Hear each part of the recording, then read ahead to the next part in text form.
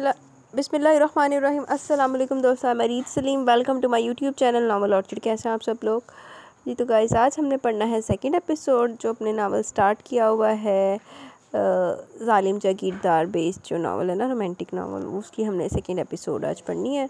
तो इससे पहले अगर आपने मेरे चैनल नावल ऑर्चिड को सब्सक्राइब नहीं किया तो सब्सक्राइब कर दें और साथ में बेल आइकन भी प्रेस कर लें ताकि आने वाली वीडियो आपको मिलती रहे। और कुछ लोगों ने नाम के तुक्के लगाए हैं नावल के नेम के, लेकिन वो मैं भी नहीं बताऊंगा, वो मैंने सारे हाइड कर दिए हैं। वो एट दी एंड बताऊंगी कि कौन सही है और कौन गलत। ठीक है, तो आए पढ़ते हैं नावल की सेकंड एपिसोड। वो सुबह सवेरे ठीक टाइम के मुताबिक 7 बजे बेदार हो गई थी। अपने दहकते खोलते अंगारा वजूद से भारी ब्लैंकेट तकलीफ से कराहते हुए हटाया और अपने जिस्म के रोए रोए से उठते दर्द को बर्दाश्त करती वो बेड से नीचे उतरी थी। खुद को बमुश्किल घसीटती वॉशरूम जाने लगी। ऐसा महसूस होता जाने कितने अस्तों के जहरीले डंग से इसके वजूद थलनी छलनी हो गया। पहाड़ से भी भारी सिल दिमाग पर रखती गई हो। वो नाजुक और मासूम सी हिरनी एक दरिंदे की हैवानियत का शिकार हो गई थी जिसके नोकीले और तेज़तर पंजों ने इसके जिस्म को नहीं, इसकी रूह को भी चीर फाड़ कर रख दिया था। किसी गुलाब के फूल की पत्तियों की तरह बिखरती चली गई। ठीक 8 बजे वो अपने बेडरूम से बाहर आ गई थी। अब इसकी समझ में नहीं आ रहा था कि जाना कहाँ है। जो मैं इस कदर वसी और अरीज़ हवेली थी कि शायद इसको देखने में पूरा एक दिन गुजर जाता, मगर इस वक्त इसको शदीद तरीन एहसास हुआ कोई तपते सहरा की आग उगलती रेत पर नंगे पांव खड़ी है। सर पर इसके आग और अंगारों की बारिश पर सादा सूरज खड़ा था। वहाँ कोई साइबान नहीं, कोई तनावट छाँव वाला देने वाला घना दरख्त नहीं जहाँ पर वो पल भर के लिए साए की ठंडक में सुस्ता ले। शायद इसकी ज़िंदगी का इम्तिहान और मुश्किल आजमाइश का वक्त शुरू हो गया था जिसमें शायद कहीं जीत का नाम और निशान नहीं था। बिलाखिर आगे तो पढ़ना ही था। इसका मुकाम, इसकी हैसियत और इसकी औकात क्या थी, सालाशा ने ठीक ठाक जता दिया था। वो सीधी चलती चली गई। पूरी हवेली में गंभीर खामोश सुनाटे का राज था और हर तरफ हू का आलम था। किसी की कोई चहल पहल तो कोई दूर मामूली सी चहमगोइयों की आवाज़ नहीं आ रही थी। आखिरकार नीचे जाने की सीढ़ियाँ मिल ही गईं। डरते डरते नीचे कदम बढ़ाने लगी थी। नीचे बड़े से हालनुमा कमरे में बड़े से नरम मुलायम कमोबेश कीमती काउच पर विराजमान ज़ुबैदा जहाँ को देख लिया। वो समझ के यही इस हवेली की मालकिन है। झिझकती सहमती वो इनसे चंद कदमों के फासले पर आ खड़ी हुई। अस्सलाम वालेकुम। सर को झुकाए मार्बल के फर्श पर शर्मिंदा सी नजरें गाड़ी इसने नहायत अदब से सलाम किया। ज़ुबैदा जहाँ ने नहाई थी गुस्सीली और तेज़ नज़रों से अरबिश को घूर के देखा जैसे अपनी तेज़ नज़रों की धार से इसके वजूद का रेशा रेशा अलग कर देंगी। रहमत। ज़ुबैदा जहाँ की धारती आवाज़ पर अरबिश का दिल बुरी तरह धड़क कर रह गया। इसके डर खौफ में मज़ीद इजाफा हो गया था। हुक्म पड़ी सरकार। रहमत हामती कामती भागती भी आई थी। ज़ुबैदा जहाँ की धाड़ में इस कदर चिंगार थी कि इंसानी वजूद के साथ साथ हवेली के दौर दीवार तक खिल कर रह गए थे। आज सुबह के नाश्ते का मेन्यू समझा दे इसको।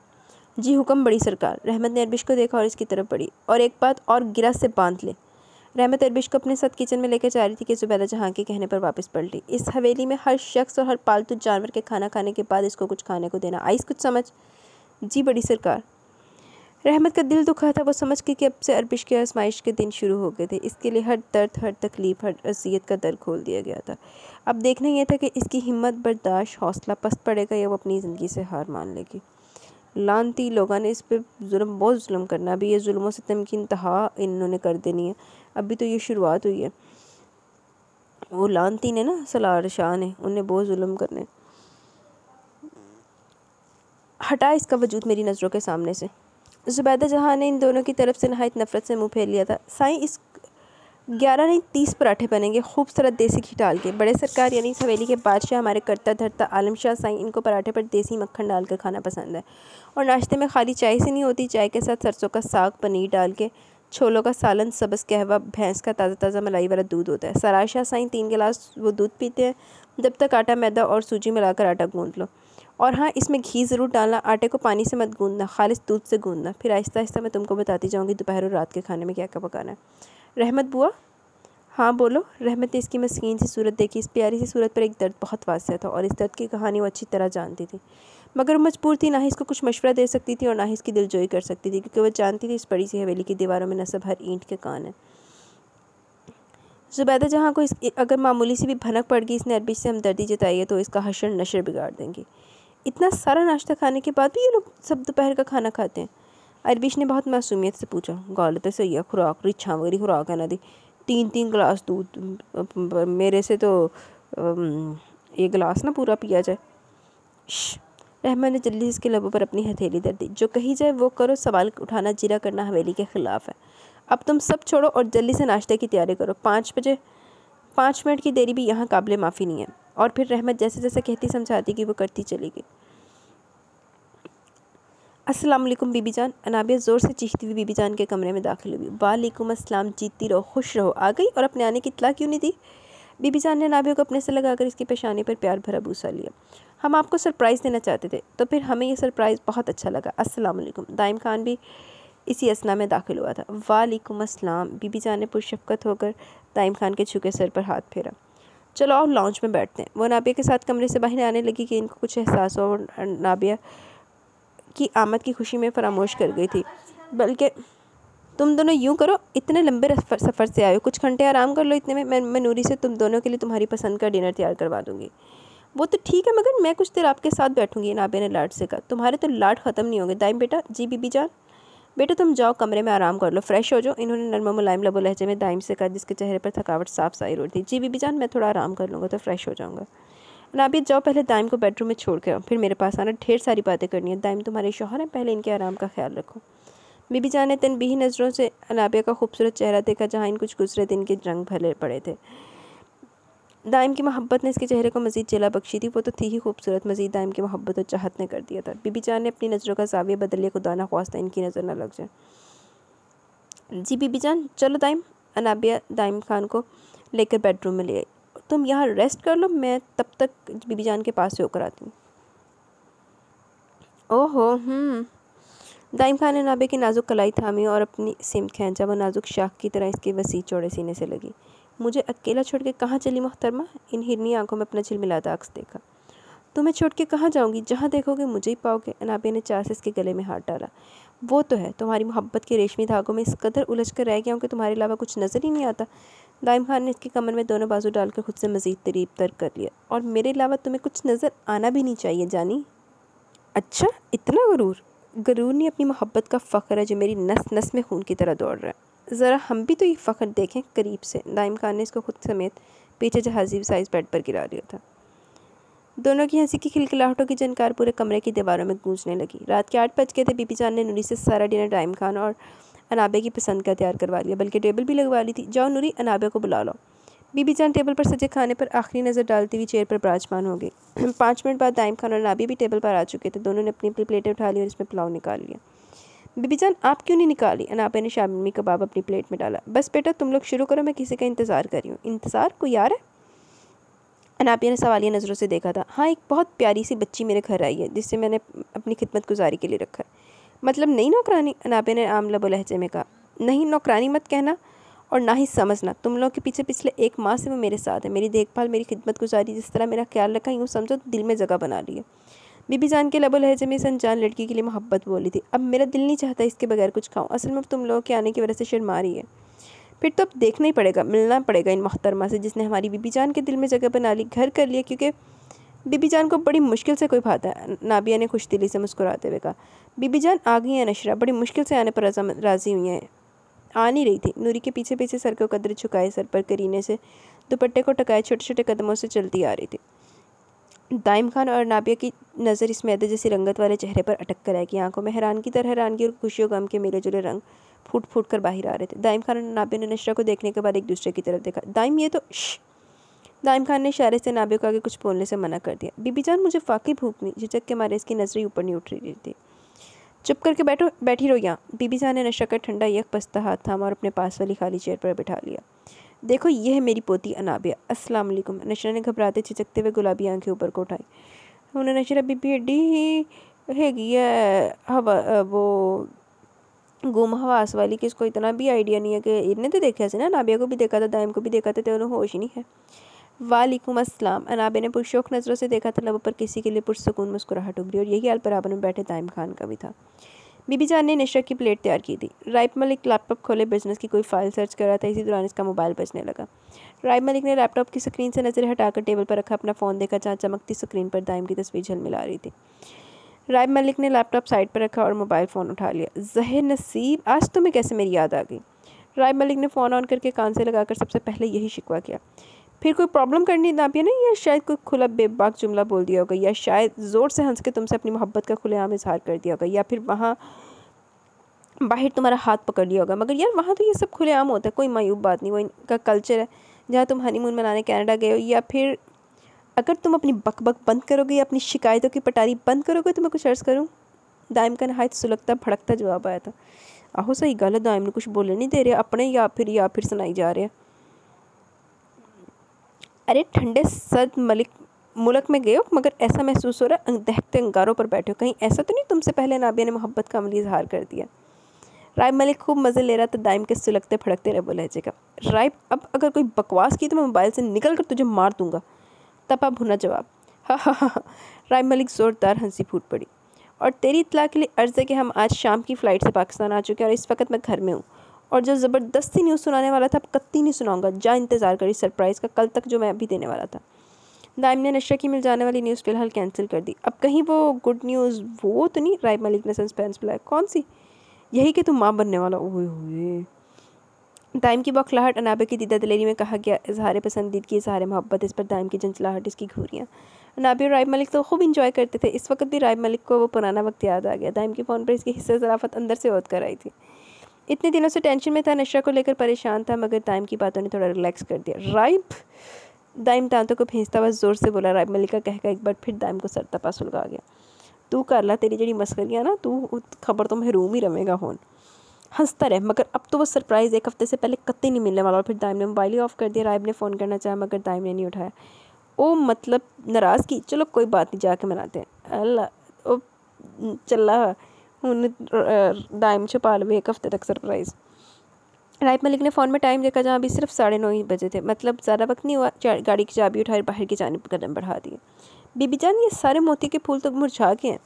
अनशा ने बेड की साइड टेबल से बड़ी सी प्लेट उठाई, जिसमें वो हर रोज़ सुबह फजर की नमाज और कुरान की तिलावत करके इस बंगले के बड़े से लॉन में आ जाया करती थी, और मोती के ढेर सारे फूलों के लिए बास्केट में इकट्ठी करके बीबी जान के कमरे में ले आती थी।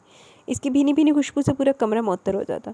हाँ, तुम यूँ करो, इन्हें वापस इसी पौधे की मिट्टी में डाल के आ जाओ, ताकि इसके बीज खाद में मिलकर मज़ीद और पौधे उगाएं। बीबी जान जो अब सोने की तैयारी कर थी, नशा को मुस्कुरा कर देखने लगी। जी बेहतर। नशा ने वो प्लेट उठाई और बाहर की जाने पड़ी थी। राइब मलिक की गाड़ी के हॉर्न पर चौकीदार ने छोटा दरवाज़ा खोला। सलाम साहब जी। वालेकुम अस्सलाम। दाइम और नाबिया हैं? जी हैं, चौकीदार ने मुअद्दब होकर बताया। ओके।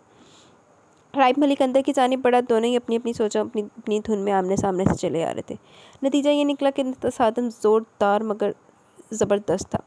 अनशा के हाथ से सूखे मोती के फूलों की प्लेट से छूटी, लेकिन अगर मुकाबले टकराते शख्स ने इसके गिर्द अपने मजबूत कसरती बाजों का हज़ार न खींचा तो वह ज़मीन पर बड़ी बेहोश में पड़ी होती। अनशा, राइब मलिक की रोशन ब्राउन कांच में एक ज़माने की चमक चमकी थी। अनशा सामने खड़ी एक हकीकत थी, ये कोई खूबसूरत ख्वाब। किस पर यकीन करे? यकीन पर यकीन कैसे आए, मगर कैसे वो मान ले कि हाँ, इसकी मोहब्बत, इसका जुनून इसको मिल गया। राइब मलिक ने अनशा की मैदे जैसी रंगत वाले चेहरे को बगौर तका और फिर हाथ बढ़ाकर इसके रुखसार पर हथेली फेरी। अनशा को तो कोई 1000 वोल्ट का करंट लगा हो जैसे। इसने राइब मलिक का हाथ बुरी तरह झटका, खुद को इसकी बाहों से आज़ाद कराया और अंदर भागी। अनशा, बात सुनो। राइब मलिक को भी इसके पीछे बड़े बड़े डग भरता अंदर आया, मगर जाने वो किस कमरे में गुम हो गई थी। उफ़, कहाँ चली गई? दाइम? हाँ, दाइम को फ़ोन करूँ। राइब मलिक ने दाइम को फ़ोन किया, जो कि 1-2 बैल के बाद उठा लिया गया। सस्पेंस बर्दाश्त नहीं हो रहा ना? सस्पेंस के बच्चे बाहर हॉल में आ, मैं यहाँ मौजूद हूँ। व्हाट? दाइम बाहर आ रही है, मैं दनदनाता वो तेरे बेडरूम में हूँ, फिर मुझसे शिकायत मत करना कि इतला नहीं थी। पागल हुआ क्या? मैं आ रहा हूँ। दाइम ने फ़ोन ऑफ कर दिया। क्या हुआ? किसका फ़ोन है? अनाबे जो पिंक नाइटी पहन कर लेटने की तैयारी करी थी, दाइम के चलाने पर इसकी तरफ देखने लगी। बाहर हाल में राइब आया। व्हाट? इस वक्त? तुमने नशा के बारे में बता दिया था? नहीं यार, वो इतनी बकवास कर रहा था, मैंने कहा अब एक हफ्ते बाद ही बताऊंगा। दाइम के अंदाज में कुछ तो ऐसा था कि अनाबे चौंक कर रहेगी। दाइम? दाइम जाते जाते रुका और पीछे पलट कर देखने लगा। राइब ने ऐसा क्या कह दिया जो तुम्हारे चेहरे पर इतनी लाली है? अनाबिया ने मुस्कुराते हुए छेड़ा। इन तीनों का साथ बोर्डिंग से यूनिवर्सिटी तक का था, तो तीनों एक दूसरे को बहुत अच्छी तरह जानते थे, मगर नाबिया और राइब की बनिस्बत दाइम ज़रा शर्मीला सा था। आहो, नाबिया रे हिस्से भी दाइम ही शर्मा लेंदा बेचारा। लड़कियों की तरफ तो नज़र भी उठा के नहीं देखता। शर्मीला से दाइम खान कब नाबिया के दिल में समा गया वो समझ भी नहीं सकी। बार तो वो इकरार मोहब्बत कर चुकी थी जो दाइम की तबीयत पर गरां गुजरता, और वह राइब मलिक से नाबिया की शिकायत करता, फिर दोनों खूब मिलकर इसका रिकॉर्ड लगाते। बताओ ना, वो इसके करीब आकर इसके कान में धीरे से सरगोशी करने लगी। दाइम ने अपनी पुरसोच नज़रें नाबिया के चेहरे पर डाली, जहाँ शरारतों की एक कहानी रकम थी। लबों पर शरारती दाइम ने नहायत घूर के इसको देखा। शराफत से अगर आना तो चेंज करके हाल में आ जाओ, वरना कोई भी फजूल बात के बगैर सो जाओ। दाइम तब तक बाहर निकल के पीछे नाबिया का कहकर दाइम के कानों में पड़ा। दाइम हाल में अंडर हुआ, जहाँ राइब मलिक बड़ी बेसब्री से इसका वेट कर रहा था, बेचैनी से इधर से उधर चक्कर काट रहा था। ओ मेरे भाई देख, ज़मीन में गड़ा हो गया। सारी फजूल बकवास को एक तरफ रख के मुझे नशा के बारे में बता जल्दी, राइब मलिक ने दो टोक लहजे में कहा था। ऐसे कैसे, आराम से बैठ, फिर तफसील से बताता हूँ। अब बारी इसकी थी, बदला लेने की मौका हाथ लग गया था। यार अगर बदला लेने का सोच रहे तो फिलहाल कैंसिल कर दे, अभी तो मेरी सिचुएशन समझ नहीं सकता मैं किस कदर टेंशन में हूँ। हाँ हाँ हाँ, दाइम का कहकर पूरे हाल में गूंजा। क्यों सता रहे हो दाइम, ना भी अपने मियाँ को समझा लो वरना ये मेरे हाथों ज़ाया हो जाएगा। हाय अल्लाह ना करे, इतनी मुश्किलों कोशिशों से तो ये मुझे मिला। तुम यूँ करो, नशा का बेडरूम ऊपर है, तुम वहाँ जाकर खुद सारी मालूमात इससे ले लो, क्योंकि हमें भी कुछ नहीं पता। थैंक्स यार, बहन हो तो तुम जैसी, वरना दगा देने वाले दोस्तों की तादाद बहुत है। राइब मलिक ने तंजीह नज़रों से दाइम को देखा और बगैर टाइम ज़ाया किए ऊपर की जाने पड़ा। दाइम ने मुस्कुराती हुई नाबिया को घूरा और खफा होकर अपने बेडरूम में आने लगा। अरे मेरे नाराज़ सैया, बात तो सुनो। नाबिया तेरी से इसकी तरफ बड़ी। राइब मलिक ने बगैर नॉक किए दरवाज़ा पूरा खोल दिया। अनशरा, राइब मलिक तेज़ी से इसके पास आया और इसको थामा था। अनशरा जो बस लेट नहीं जा रही थी, राइब मलिक की इस तरह पकड़ने पर वह सटपटा के रह गई। ये क्या बदतमीज़ी है, छोड़े मुझे।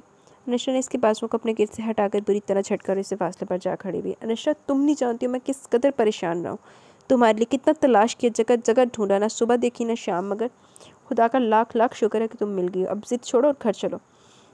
राइब मलिक ने नशा के इस तरह झटकने को कभी नज़रअंदाज कर दिया और एक बार फिर इसके पास आया और इसका नाजुक सा हाथ अपने दोनों हाथों की चौड़ी हथेलियों में कैद कर लिया। कौन से घर, किसके घर, पता नहीं आप क्या कह रहे हैं। वो इसकी चौड़ी हथेलियों से अपना हाथ निकालने लगी, मगर राइब मलिक अब इसको छोड़ने को राज़ी नहीं था। अनशरा, तुम मेरी बीवी और जहाँ मैं रह रहा हूँ वही तुम्हारा घर है। अब ये क्या बकवास है, मैं आपकी बीवी भी होगी, आपका दिमाग तो दुरुस्त है। जाने कौन है आप, अब मैं आपकी बीजान से शिकायत करूँगी। अनशरा ने अपनी कलाई पूरी जान लगाकर छुड़ा ही ली थी और बाहर जाने के रास्ते की तरफ बढ़ी कि राइब मलिक ने एक ही जस्ट में इसको बाजू से पकड़ के खींचा तो इसके कसरती सीने से आ लगी। छोड़े। अनशरा अपनी दोनों हथेलियाँ इसके कसरती सीने पर धर के इसकी बाहों से निकलने के लिए मचलने लगी कि मुकाबिल की कसरती बाजू इसकी नाजुक मरमरी कमर पर सख्त हो गए। दिमाग मेरा नहीं तुम्हारा ख़राब है, समझने की कोशिश क्यों नहीं करती हो। मामा जान मेरी शादी अपनी भांजी से कराना चाहती हैं, वो नहीं मानती मैंने कोई निकाह किया। अब तुम मेरे साथ घर चलो, मुझे इस अजाब से छुटकारा दिलाओ। राइब मलिक ने इसकी गुलाबी आंखों में झांका। किसी से भी शादी करे मेरी बला से, मगर अल्लाह का वास्ता मेरी जान छोड़े। वो सही मानो में राइब मलिक की हरकतों और बातों से जिद चौकी थी। बर्दाश्त कर लोगी सौकन, राइब मलिक ने आराम से कहा था। कभी बीवी कभी सौकन, आपका दिमाग वाकई ठिकाने पर नहीं है। इसका मतलब तुम मेरे साथ नहीं चल रही। राइब मलिक ने ज़िद्दी सी लड़की को बकौर तका। कतई नहीं, नशरा ने ज़ोर देकर कहा। और अगर मैं ज़बरदस्ती उठा कर ले जाऊँ तब? क्या, ऐसे कैसे ज़बरदस्ती कर सकते हैं मेरे साथ। वो बखला के रह कि पूरी जान भी लगा ली, तब भी वो इसको छोड़ने को राज़ी नहीं था। क्यों नहीं कर सकता, बीवी हो मेरी, मगर मैं नहीं मानती। मेरी जान, निकाह हुआ, हमारा कोई मजाक नहीं। निकाह मैं नहीं मानती, छोड़े मुझे। तो कैसे मानोगी, निकाह नामे के पेपर्स देखोगी तब तो मानोगी ना। जब भी नहीं मानूंगी, आप मुझे ये बेवकूफ़ नहीं बना सकते। नहीं, मेरी क्या मजाल के तुम्हें बेवकूफ़ बनाओ, अल्लाह ताला पहले ये काम बखूबी कर चुका है। राइब मलिक की गिरफ्त हल्की सी ढीली के पड़ी। नशरा एक बार फिर इसके हसार की कैद से रहा होकर दूजा खड़ी हुई। मैं कहती हूँ आप यहाँ से चले जाएं, वरना मैं आपको जान से मार दूँगी। नशरा ने गश्ते शहादत उठा के वार्न किया। इतनी सी जान में इतना दम है। राइब मलिक ने नहायत भरपूर नज़रों से इसका नाजुक सरापा देखा। इसके यूँ देखने पर नशरा छेम कर रह गई और अपनी उंगली मोड़े हाथ को नीचे गड़ा लिया। इसका मतलब मैं इस महाज पर अकेला खड़ा हूँ। राइब मलिक ने एक लंबी सांस भरी और एक दो कदम आगे बढ़ा। राइब मलिक के आगे बढ़ने पर नशरा तेरी से पीछे हुई। कोई बात नहीं, मगर याद रखना तुम भले ही अकेला कर रही हो मुझे, मगर इंशाल्लाह जीत मेरी होगी और इस जीत का जश्न मैं पुरजोश तरीके से तुम्हारे साथ अकेले मनाऊंगा। राह में जो जो पत्थर कांटे तकलीफ़ें आएंगी वो मैं सब मैं अकेला सह तो लूँगा, मगर इसका बदला, इसकी कीमत मैं तुमसे सूद समेत वसूल करूँगा, सूद समेत। इससे पहले कि नशरा और पीछे होती, राइब मलिक ने अपना हाथ बढ़ाकर इसकी नरम और नाजुक गुलाबी कलाई पकड़ कर एक बार फिर अपनी जानिब खींची। वो तो तवाज़न बर्दाश्त नहीं कर पाई और इससे एक बार फिर आकर लगी। इंतज़ार करना मेरी जीत का और तैयार करना ख़ुद को मेरे संग जश्न मनाने के लिए। बेखुद होकर इसके गुलाबी चेहरे पर झुका और इसके गुलाबी रुखसार पर अपने दहकते लब रख दिए। अनशरा का तो जैसे जिस्म का पूरा खून ने जोड़कर इसके चेहरे पर आ रुका। राइब मलिक ने इस मंजर को नहायत दिलकशी से देखा और इस खूबसूरत मंजर को महफूज कर लेना चाहा, इसलिए अपना सेल फ़ोन निकाला और ये दिलकश जान लूट लेने वाला मंजर अपने मोबाइल के कैमरे में महफूज कर लिया। गुड नाइट, एक आँख शरारत से दबाता हुआ बाही की जानी पड़ गया। क्या मुसीबत है। नशरा सही मानों में चंचला उठी और फिर जल्दी से वॉशरूम भागी मुँह धोने के लिए। एक लड़की अरबिश किचन का बखेड़ा साफ़ करने जा रही थी। आज दोपहर को हवेली में सब बहुत से मेहमान आ गए थे, तो बर्तनों का ढेर जमा हो गया। ज़ुबैदा जहाँ जो अपने काम आरामदेह काउच पर बड़े शाहाना अंदाज में विराजमान थी, साथ मेहमानों से भी बातें चल रही थी। जी, अरबी सर को झुकाए मुअद्दब आकर खड़ी हो गई। सबके लिए सबस कहवा बना लो इलायची डालकर। बेबे मेरे लिए चाय, एक मेहमान लड़की ने अपनी फरमाइश की। बेबे मैं भी सबस कहवा नहीं पीऊँगा, सख्त बुरा लगता है, पूरा हलक तक कड़वा हो जाता है। अरे बेबे ये नई नस्ल है ना, इन्हें कहाँ मुँह लगेंगी ये सब चीज़ें। ठीक कहती हो आप, तो तुम ज़ुबैदा जहाँ होले से मुस्कुरा दी। तो अभी तक यहीं खड़ी है, सुना नहीं तूने सबकी अपनी पर अपनी फरमाइशें, चल गुम कर अपनी शक्ल मेरे सामने से। ज़ुबैदा जहाँ ने गैसो गज़ब की नज़रों से देखते हुए सही मानों में इसको झाड़ दिया। जी बड़ी सरकार, वो तेरी से किचन में भागी। इस वसी और इस किचन में कुल 7 चूल्हे लगे हुए थे। टाइल और खूबसूरत अशिया से सजा ये शानदार किचन बिल्कुल अमेरिकन किचन की तरह डेकोरेट किया गया था, जहाँ दुनिया भर की हर खाने पीने की शय मौजूद मुहैया थी। ऊपर से इस हवेली में आए दिन की मेहमान नवाजी, इनके लिए अलग अलग पसंदीदा डिशेस तैयार करना, हर किस्म का ठंडा मशरूब तैयार करना, और जो कुछ बच जाए वो सबसे पहले डेरे पर मुलाजमों को जाता, फिर हवेली के मुलाजमीन खाते, यहाँ पले बड़े पालतू जानवर खाते, आखिर में अरबिश की बारी आती। सुबह तो जैसे तैसे चाय के साथ स्लाइस के 2 पीस खा लिए थे, मगर दोपहर में जिस तरह घन चक्कर बनी थी, दोपहर के खाने का होश नहीं रहा। सुबह 7 बजे से एक रिपोर्ट की तरफ बस काम में जो जती हुई थी, तो 2 घड़ी फुर्सत से बैठने का टाइम ही नहीं मिला। पूरी हवेली की सफाई सुथराई, नाश्ता, दोपहर का लंच बनाना, थक कर चूर चूर हो गई थी। कमर तो इतनी सख्त तख्ता हो गई थी जैसे अभी टूट के 2 टुकड़े हो जाएगी। भूख की तलब जागी तो सोचा बर्तन तो अगर थोड़ा जो बचा वो खा लेगी, मगर नई फरमाइश मुँह फाड़े इसकी बेबसी का मजाक उड़ाने लगी। अरबिश पहले कुछ खा लेती। रहमत बुआ को बहुत तरस आ रहा था, सुबह से एक बेजान मशीन की तरह लगी हुई थी। अब नई फरमाइश के रात का डिनर भी सब यहीं करेंगे। वो चाय के बर्तन धो के बैठी और जल्दी जल्दी रात के डिनर की तैयारी करने लगी। नहीं रहमत बुआ, जल्दी से रात के खाने की तैयारी हो जाए, फिर आखिर में कुछ खा लूँगी। इसके नर्म और नाजुक मुलायम हाथ तेरी से चलने लगे। मम्मा पानी। आकफा का छोटा बेटा पानी मांग रहा था। अरबिश जल्दी से पानी लेकर आ। आकफा खुद को जहमत दिए बगैर वहीं से तेज़ आवाज़ में चीखी। अरबिश सारे काम एक तरफ किए, फ्रिज में से ठंडे पानी की बोतल निकाले, ग्लास में पानी डाले, बाहर निकली। प्याज को चूल्हे पर तलने के लिए छोड़ दिया। सारा ध्यान वहाँ पर था, अगर मामूली से भी जल गई सारा कौरमा ख़राब हो जाएगा। ये लीजिए पानी। पानी देते हुए हल्के से हाथ काम कर रह गया और नतीजा थोड़ा सा पानी छलक कर आकफा के पैरों पर गिरा। बदतमीज़, जाहिल, गव्वार। आकफा ने आओ देखा ना ताओ और जनाटेदार थप्पड़ इसके चेहरे पर मार दिया। वो लड़खड़ा के गिरने लगी थी कि पीछे से किसी ने इसको गिरने से रोका। अरबिश ने मुड़कर देखा, जहाँ अलीशा खड़ा था। आज सुबह से जो इतना एहतमाम हो रहा था वो खास अलीशा के लिए हो रहा था, जो रात ही आया था। आकफा भी ये क्या बर्ताव हुआ? अलीशा को कतई अच्छा नहीं लगा। चलो शुक्र है हवेली में कोई एक इंसान थे बसदा। अली, तुम्हें इस बदसात की हमायती तरफदारी करने की ज़रूरत नहीं है। आकफा ने नागवार नज़रों से अलीशा को देखते हुए अरबिश को घूरा। पहले बहन को तो बड़ा समझाती थी, तो उन्हें आप ही बहन वाले करतूत कर रही थी और फिट्टे मुँह दे रहे थे। आकफा सलाशा जो दोनों बाजू पुश्त पर बांधे मगरूर चाल चलता हुआ अंदर आ रहा था, इसकी नज़रें से ये मंजर पोशीदा नहीं रह सका। माहौल में एकदम से खामोशी छा गई। सबको हैरान नजरें अलीशा पर थी, तो कोई सलाशा को सवाली नज़रों से देख रहा था। सलाशा वहाँ रुका। इसको जितनी चाहे गालियाँ दो, बेइज्जती करो, बुरा भला को चल चलाती धूप में लॉन की मरम्मत करवाओ, ये ठंडी ठंड और सर्दी में ठंडे यख पानी से बड़ा सहन गुलाबी धुलवाओ। आकफा ने फखरिया नज़रों से सलाशा को देखने के बाद अलीशा को तंजिया नज़रों से देखा और शारतन कहा कि देख लो, सलाला को बुरा नहीं लगा। अलीशा ने भी इस बात पर सलाशा को बड़ी अजीब नज़रों से देखा, लेकिन सलाशा ने अरबिश के झुके हुए सर को देखने के बाद आकफा को देखा। मुझे इसके जिस्म के किसी भी हिस्से पर कोई ज़ख्म या कोई निशान नज़र ना आए, बस इस बात का ख्याल रखना सब। सलार लाला, आकफा ने कुछ कहना चाह के सलाशा ने हाथ के इशारे से इसको कुछ भी बोलने से रोक दिया। जो मुझे कहना था कह दिया, आगे किसी बात का सवाल नहीं उठता। और फिर सलाशा नहायत तेज़ नज़रों से अरबिश के झुके सर को घूरता हुआ निकलता चला गया। लानती आदमी, बगैरत। अब तो यहाँ खड़ी खड़ी क्या टसवे बहा रही है, दफ़ा हो यहाँ से। ज़ुबैदा जहाँ ने अरबिश को बुरी तरह लटाड़ा। अरबिश तकरीबन भागती हुई किचन की जानिब भागी। अलीशा ने नहायत दुख भरी नज़रों से भागती हुई अरबिश को देखा, फिर आकफा को देखकर नफ़ी में इधर उधर गर्दन हिलाता वहाँ से निकलता चला गया। आकफा सर को छटकती हुई ज़ुबैदा जहाँ के बराबर में आ बैठी। देखा बेबे आपने सलार वालों को किस कदर नागवार गुजरा, इस जाहिल गरीब को मेरा मारना। दिल पर मत लो आकफा, अगर सलार ने ऐसा कुछ कहा तो यकीनन कोई तो मुहर्रक वजह होगी। ज़ुबैदा जहाँ ने आकफा को खुद से लगाया। और इसकी फ़िक्र तुम मत करो, वो हाल करूँ कि मौत भी पनाह मांगेगी। कोलों के बैल की तरह मेहनत मशक्क़त ना करवाई तो मैं वडेरे इकराम चौधरी की धी नहीं। तो लानती औरत हाल है, तो करानी नहीं पी कोलों के बैल की तरह, तो उन्हें गाया होया। इतनी तो उसके साथ तुम जुल्म सितम कर रही हो, इतनी उसकी मशक्क़त ले रही हो। ज़ुबैदा जहाँ ने अपने बाप का नाम लेते हुए नफ़रत से अरबिश का जिक्र किया। इन सब का अंजाम बहुत बुरा होना है, अभी तो ये शुरुआत है, इन्होंने आगे जो जो जुल्म कर देना है ना अरबिश के ऊपर। इंतकाम और बदले की आग जल चुकी थी, अब देखना था कौन कौन झुलसता है, कौन कौन इस आग की लपेट में आता है, कौन हारता है और किसकी जीत होती है। ज़िंदगी के इस दाव पेच में कौन अपनी ज़िंदगी से जाता है, और ये अब वक्त मुकर्रर करेगा। किसी दुआओं का समर मिलता है तो कौन बद्दुआएं आहें अपनी झोली में समेटता है। किसी की सिसकियाँ सब्र बर्दाश्त, किसी का घर तो किसी का दिल उजाड़ देती है। कुछ तय नहीं, बस हालात अपनी अपनी ज़बान बोलेंगे, अपनी अपनी बोलियाँ बोलेंगे। इंतज़ार इंतज़ार। फ़कत वक़्त की बेरहम चालें अपनी चाल चल चुकी थी, कदम बढ़ा चुकी थी। किसका वजूद, किसकी रूह और किसकी ज़िंदगी इन बेरहम बेहिस कदमों तले रोंदा जाना है, ये सब आने वाला वक्त, आने वाली घड़ी ही जानती थी। अरबिश ने रात के सारे बर्तन धो लिए थे। आज हवेली में मेहमानों की आमद की वजह से इसका काम बढ़ गया था, तो 1 घंटा लेट आने की इजाज़त थी बेडरूम में। खाना सारा ख़त्म हो चुका था, इसने सारी पतीलियाँ धो दी थी, अब इसके खाने के लिए कुछ नहीं बचा था। और ये भी इजाज़त नहीं थी कि खाना बनने के बाद फिर से कुछ नया बनाया जाए, बल्कि चूल्हा जलाने तक की इजाज़त नहीं थी। प्लेट में थोड़े से बॉयल चावल बचे थे, अरबिश ने वो प्लेट उठा ली और ज़ख्मी ज़ख्मी नज़रों से वो चावल देखने लगी। थकन से जोट जोट दुख रहा था और भूख पर थकन हावी हो चुकी थी। भूख तो ऐसी लग रही थी कि जैसे मर गई है, वो भी किसी ढीठ हड्डी हो गई थी। ना कि इतनी थकावट के बावजूद इसकी सांसें चल रही थी, दिल धड़क रहा था, वो जिंदा थी। मैं तुम्हारे लिए कुछ बना दूँ? वो पुरसोच नज़रों से चावल को देख रही थी। रहमत की आवाज़ पर चौंक कर आगी, नहीं मैं यही खा लूँगी। अरबिश नीचे से बैठ के ये जगह खाने के लिए पहले मुतय्यन कर दी गई थी। बगैरत लोग, मनहूस लोग, देखो इंसानों के साथ कैसे जानवरों की तरह का सलूक कर रहे हैं। अरबिश ने अभी 1-2 चमचे ही खाए होंगे कि टहलता हुआ सालार शाह वहाँ ठहरा और चलता हुआ एक चेयर लिए अरबिश के पास ही रखती। आ गया जेन ने हुन कोई ना कोई डंगर ने चवलपना मारना, और खुद इस चेयर पर इस तरह टांग पर टांग रख के विराजमान हुआ कि इसकी पेशावरी चप्पल की नोक अरबिश के माथे से आधे इंच के फासले पर रुकी।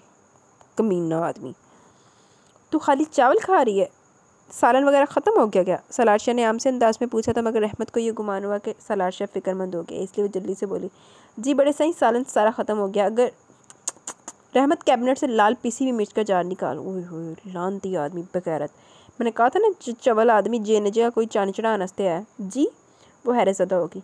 कम सुनाई देता तुझे? सलार शाह बड़ी बड़ी आंखों से घूरने लगा। इससे पहले इसकी शामत आती इसने कैबिनेट से लाल पीसी मिर्च का जार, कांच का जार निकाला।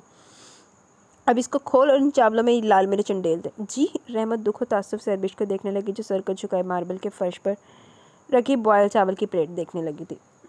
रहमत ने जार का ढक्कन खोल दिया और 1 चम्मच लाल मिर्च का डाल दिया। पूरी बोतल अंडेल दे। रहमत की आंखों में आंसू आ गए, पूरी बोतल इन बॉयल चावलों पर अंडेल चुकी थी। खा इसको। बगैरत आदमी, तेने भी अल्लाह करके अदा कुछ खाना पवे। ऊपर से फिर ना इदा दे भी बगैर तू ना हीरोइना माफ़ कर देंदियां। अरबिश माफ़ नहीं करना इनू। रहमत ने मिर्च और चावल मिक्स कर दिया। अरबिश का चेहरा शिद्दत गम से सुर्ख हो गया। वो मिर्चें नहीं खाती थी, अपने घर में भी अम्मा इसके लिए सिर्फ 1-2 काली मिर्च डाल के खाना बनाया करती थी, जिसको अगर तेज़ चटपटा खाना होता तो वो चाट मसाला डाल के खा सकता था, मगर अब वो क्या करे, कैसे खाए? मगर खाए बगैर कोई चारा भी नहीं था। हुक्म मिल गया था जिसकी से हर सूरत तामील करनी थी, एक मुल्क मात दूसरा ना वाला। और फिर सख्त जान बने हर एहसास से आ रही, वो 5 मिनट में पूरी प्लेट साफ़ कर चुकी थी। आंखों से बहता ज़ारो कतार पानी था या अपनी बदकिस्मती पर बहते आंसू, जो भी था, इस बात से ये तो जाहिर था कि अरबिश के अंदर तक एक भड़कती हुई आग लग चुकी है, जो अब उसको खाकस्तर कर रही है। सलार शाह ने फातिहाना नज़रों से अरबिश का सुर्ख चेहरा देखा। जीत का नशा आंखों में भरे वो चेयर से उठा, किचन से बाहर जाने लगा कि वापस पलटा। अरबिश को ना ख़त्म होने वाला खांसी का दौरा पड़ चुका था। मुंह पर हाथ रखे बुरी तरह खांस रही थी। रहमत फ्रिज से जल्दी से ठंडा पानी गिलास में भर के लिया, इसके सुर्ख होंठों से लगा दिया। रहमत, जी बड़े साईं। रहमत खौफज़दा होगी, डर के मारे पानी का गिलास भी नीचे गिर गया। इसको मीठा दूध या गुड़ का हलवा बना के खिला, मुझे रात को परेशानी नहीं होनी चाहिए। लानती बगैरत आदमी। सलार शाह के इशारे में की गई बात रहमत अच्छी तरह समझ की। जी बड़े साईं, वो तो नौकर थे, हुक्म के गुलाम, और हुक्म अदूली करने का मतलब इबरतनाक दर्दनाक सज़ा, जो वही नहीं इसकी पर 7 पुश्ते भी सहती। सलार शाह अपनी बात कहकर रुका नहीं, सीधा निकलता चला गया। कड़ा और सख्त इम्तिहान तो इसका अब शुरू होने वाला था। ये तो दिन भर की जिस्मानी मेहनत थी, मगर पूरी रात इसके जिस्म पर, इसकी रूह पर जो घाव लगाए जाएंगे, वो थकन, वो थकावट कैसे कम होगी? लम्हा लम्हा अजियत भरा पल सलार शाह से देता, इसकी निस्वानियत पर जो ज़रबे लगती, इसका क्या इलाज, क्या मदावा होता। ये ले, ये गुड़ और शक्कर का दूध है, पी ले, मैंने इसमें सत्तू का पाउडर भी डाल दिया, तुमको अंदर तक ठंडक का एहसास देगा। रहमत बड़ा सा गिलास भर के ले आई। नहीं रहमत, मेरा दिल नहीं। अरबिश ने रहमत के हाथ पर परे किया। अपने लिए नहीं अरबिश, बड़े साईं के लिए तुमको ये मीठा जहर अपने हलक में उतारना ही होगा। रहमत ने ज़बरदस्ती वो ग्लास इसके लबों से लगा लिया। इसकी सारी हमदर्दी अरबिश के साथ थी, मगर मजबूर थी। हमदर्दी तसल्ली के 2 बोल भी नहीं बोल सकती थी। कुछ ही देर बाद सुर्ख कलर की दीदा ज़ेब नाइटी में वो सलार शाह के सामने थी। इस नाइटी का गला इस कदर डीप था कि इसने अपना काटन का प्रिंटेड दुपट्टा पूरा फैला के ओढ़ लिया। घबराई डरी सहमी वो बेड के पास आ खड़ी हुई थी। सलार शाह जो बेड पर नीम दराज अपने सेल फोन में कुछ देख रहा था, अरबिश के आने पर फ़ोन साइड में रखे ऊपर से नीचे तक इसका कपकपाता सरापा देखने लगा। सुर्ख कलर की दीदा ज़ेब नाइटी में इसने बड़ा सा दुपट्टा ओढ़ लिया था। एहतमाम से किया कि मेकअप गुले गोल्डन बार इसके जिस्म से फूटी परफ्यूम की खुशबू इस मासूम की मासूमियत को पैरों तले रोने में दिल को तस्कीन मिलेगी, सरूर मिलेगा, रूह को सुकून मिलेगा। सलार शाह के अंदर का हैवान पूरी तरह बेदार था। बस हाथ बढ़ाकर इस शिकार को अपने मजबूत शिकंजे में जकड़ना था। सलार शाह ने हाथ बढ़ाकर इसके जिस्म पर ढांपा, दुपट्टा एक झटके से खींचा और साइड में फेंक दिया। इससे पहले वो अपना दुपट्टा लेने के लिए आगे बढ़ती, सलार शाह ने इसके खुले गोल्डन शहद की बालों को मुट्ठी में ज़ोर से जकड़े से अपनी तरफ खींचा। वह बेचारी कमज़ोर बेबस अपना तवाज़ुन बर्दाश्त न कर सकी और इस दरिंदे की दरिंदगी बुरबुरियत का शिकार हो गई थी। लानती आदमी, बगैरत, जहर लगते हैं मुझे ऐसे मर्द। मर्द है ही नहीं मेरी नज़र दे विच। सज्जल आ रही है इसी हफ्ते। राफे मलिक ने कॉफ़ी का एक गहरा सिप लेते हुए राइब मलिक को देखा।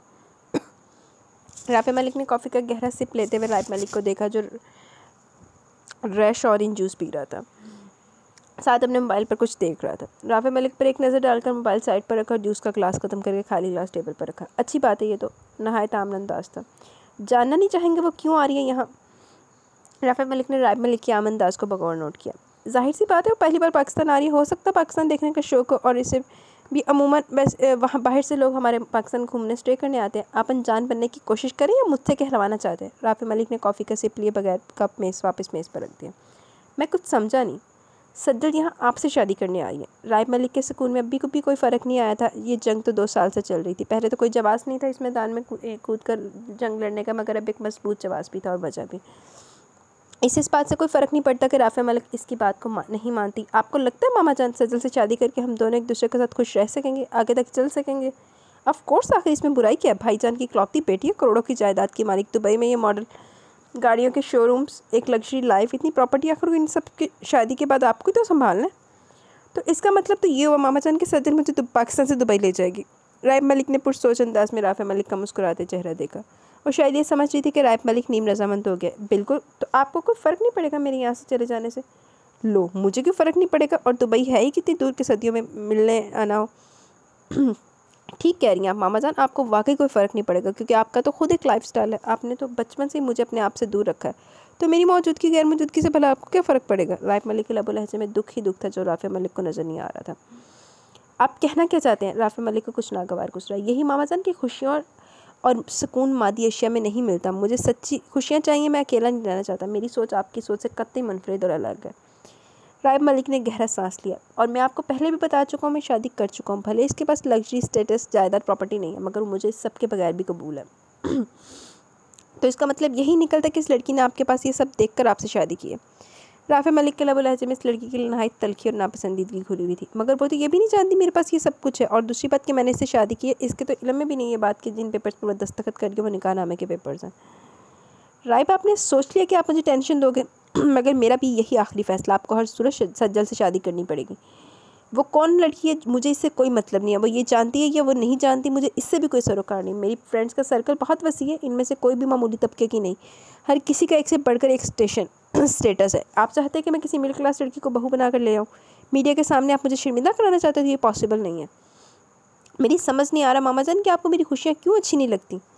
हर खुशी का ताल्लुक पैसे से, अगर पैसा ही ना हो तो क्या खुशियाँ पेट भरेंगी? आप जो मोहब्बत का पाचा बचा रहे हैं वो भी बुरी लगेगी जब जेब खाली होगी। इसलिए मैं जो सोच रही हूँ आपके भले, आपके फ्यूचर के लिए सोच कर ही समझ कर ही कर रही हूँ। इसलिए सज्जल से शादी के लिए ख़ुद को तैयार कर लीजिए। राफे मलिक का मूड बदमज़ा हो गया। वो नाश्ता अधूरा किए खड़ी होगी। इसी दौरान इनका फ़ोन भी बज उठा। आई एम सो सॉरी मामा जान, मगर ये मेरी ज़िंदगी का मामला और मैं अपनी ज़िंदगी के साथ कोई कॉम्प्रोमाइज़ नहीं करूँगा। ये ज़िंदगी गुजरेगी तो सिर्फ नशरा के साथ, और कोई मेरी ज़िंदगी में मेरी चाहत और मोहब्बत का हिस्सादार नहीं सवाए नशरा के। इन ब्राउन कांच में नशरा का नाराज़ चेहरा झिलमिलाने लगा। मेरी जान, आप चाहे कितना ही क्यों ना नाराज़ हो, मगर बिलाकर आपको मेरी ही पनाहों में आना है।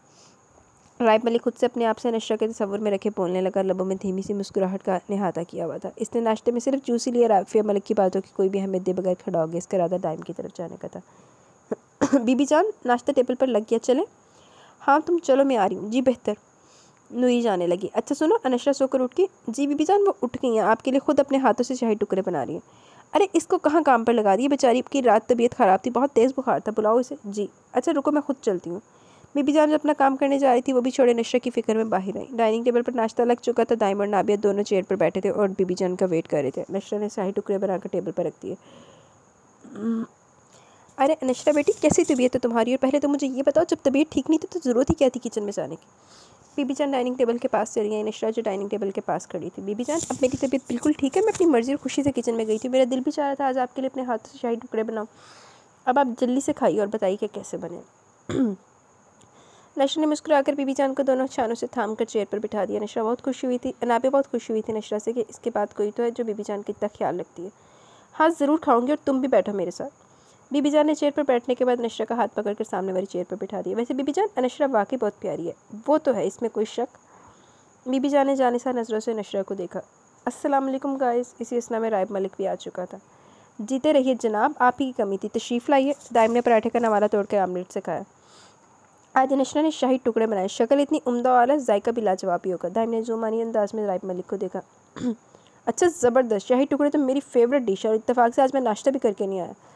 राइब मलिक बिना किसी झिझक के अनशरा के बिल्कुल सामने वाली चेयर पर बैठ गया। ये आपका अपना घर है, जैसे अनाबिया ऐसे ही आप भी मेरे पोते हो। बीबी जान ने खलूस दिल से कहा। थैंक्स बीबी जान। वैसे बाय द वे, ये शाही टुकड़े की डिश वाकई तुम्हारी फेवरेट डिश है या इत्तेफाक से आज ही फेवरेट हुई है? दाइम ने हौले से सरगोशी की। राइब मलिक इसको घूरे बगैर नहीं रह सका। नहीं, असल में हमारी फ्रेंडशिप को इतना अर्सा हो गया ना, मुझे नहीं याद पड़ता कि तुमने ये चखी भी होगी। राइब मलिक की घुरी को किसी खाते में न लाते हुए इसने छेड़ा। बात तो तुम्हारी बिल्कुल ठीक है दाइम। क्यों राइब, बताओ। नाबिद जिसके कान अपने इन दोनों की बातों पर लगे हुए थे। तुम्हें कितनी बार मना किया है तुम मुझे तुम से मुखातिब मत किया करो, मगर मैं जाने जो कान पे जूं भी नहीं। दाइम ने नाबिद को तब कर देखा। दाइम की ज़िंदगी में ना वैसे अपना ही दुख है। चलो भाई, तुम्हारे खान साहब की गैरत फिर से जाग उठी। तुम लोग तो अपना मसला निपटाओ, मैं जब तक शाही टुकड़ों से इंसाफ करूँ। राइब ने चुटकुला छोड़ा और नाश्ता करती अनशरा की जानिब मोड़ा। अनशरा, ज़रा ये शाही टुकड़े की डिश उठा के दो। ढाई थी पेट कुल्फ़ी से इसने अनशरा को मुखातिब किया जैसे मियाँ बीवी वाले बहुत गहरे मुनासिब हों। अनशरा को तो इसका यहाँ आना ही सख्त कहर लग रहा था, ऊपर से क्यों बेत कुल्फ़ी से पुकारना जान चला गया। अनशरा ने घूर कर राइब मलिक को देखा था, जो मुस्कुरा के इसी को देख रहा था। अनशरा बेटी, राइब को शाही टुकड़े की डिश थमाओ। बीबी जान हर बात से अक्सर अनजान राइब मलिक का फैला हुआ हाथ देखने लगी। जी बीबी जान। अनशरा ने शाही टुकड़े की डिश तपते हुए उठाकर राइब मलिक के खाली हाथ पर रखी। थैंक्स। राइब मलिक ने मुस्कुराते हुए अनशरा के तपे भुने चेहरे को देखकर शाही टुकड़े से इंसाफ करने लगा। अनाबिया बेटा। जी बीबी जान। चाय का आखिरी सिप लेकर खाली कप टेबल पर रखा। बीबी जान के पुकारने पर नाबिया ने देखा। आज मेरा इरादा ज़रा सैयदा की तरफ जाने का, अगर चाहो तो तुम चलो तुम भी। नहीं बीबी जान, मेरा मूड नहीं, आप सैयदा आंटी को मेरा सलाम कहिएगा बस। चलो ठीक है, मैं अनशरा को ले जाती हूँ। राइब मलिक आज सारा दिन यहीं गुजारने का इरादा था। आज वैसे ही संडे था तो ऑफिस नहीं जाना था, इसलिए सोच के आया था कि वो नाबे की तरफ जाएगा, और जब ज़िंदगी यहीं है तो अकेला क्यों रहे। मगर नशरा के जाने पर इसका चेहरा फक हुआ। इसने नशरा के बराबर पर बैठी नाबे के पाँव पर अपने जूते की नोक मारी। नाबिया सीख करके रह गई। टाइम ने नाबे के चेहरा देखा, वो राइब मलिक की तरफ देख रही थी। जो कुछ राइब मलिक ने इशारे में कहा वो समझ गई। अरे नहीं बीबी जान, आप नशरा को लेकर मत चाहिएगा। वो किस लिए? बीबी जान ने जहाँ सवालिया नजरों से नाबे को देखा, वहीं नशरा को भी समझ नहीं कि वो क्यों मना कर रही है, जबकि वो वाकई में बीबी जान के साथ जाना चाहती थी। वजह सामने बैठे राइब मलिक थे, जो वैसे अजीब नज़रों से देख रहा था। असल में बीबी जान, कनाडा और दुबई से मैं बहुत सी शॉपिंग करके आई हूँ। अब मुझे नशरा के बारे में कुछ इल्म नहीं था, लेकिन मैं नशरा को वो सारी शॉपिंग दिखाना चाहती। इसमें से अगर नशरा को कुछ भी पसंद आए तो वो रख लेगी। अनाबे ने बीबी जान को नरमी से देखने के बाद बराबर में बैठी नशरा को पसंदीदगी भरी नज़रों से देखा। ये भी तुम ठीक कह रही हो, चलो फिर यूँ करती हूँ, मैं नूरी को अपने साथ ले जाती हूँ। बीबी जान को नाबे की बात से बहुत खुशी भी वो खड़ी होगी। मगर बीबी जान, मेरे पास तो पहले बहुत कुछ है, अभी पिछले हफ्ते आपने बहुत सारी शॉपिंग करवाई थी, इसकी तो जैसे जान सूली पर अटक गई। नशरा, वो सब तो बीबी जान ने दिलाया था और ये सब मैं गिफ्ट करूँगी। मगर नाबिया भी अब कोई सवाल जवाब नहीं, चलो तुम मेरे साथ चलो। नूरी नशरा का हाथ पकड़कर खड़ी होगी, साथ ही मुलाजमा को भी प्यास लगाई। इस दौरान बीबी जान अपने रूम में तैयार होने जा चुकी थी। जी बीबी जी। नूरी फ़ौरन हाजिर हुई। तुम यूँ करो, जल्दी से ये सब समेटो, फिर बीबी जान के साथ चली जाना। जी ठीक है। कब का भूखा? दाइम तो खड़ा हो चुका था, मगर राइब मलिक शाही टुकड़े का आखिरी बाइट खा रहा था। वाकई बहुत लजीज बने, दिल चाह रहा है कि बनाने वाली के हाथ को चूम लिए जाए। दाइम ने तेरी से राइब मलिक की बात काट कर अपनी राग गुलाबी। नाबे की मोहब्बत ने बहुत बिगाड़ दिया तुझे। लो, एक तो दिल की बात को, ऊपर से हमें इल्ज़ाम।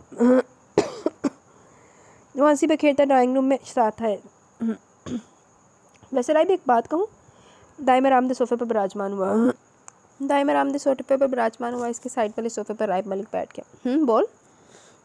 तुझे नहीं लगता वो भी बहुत छोटी है? दाइम का इशारा वो समझ गया। सो वॉट, जब 2-3 बेबी होंगे तो सब सेट हो जाएगा, और मैंने सोचा कि मुझे अपना घर भरा भरा चाहिए, कम से कम 6-7 तो बच्चे होने चाहिए। वो शरीर लबो लहजे में कहता हुआ एक आंख दबाकर बोला।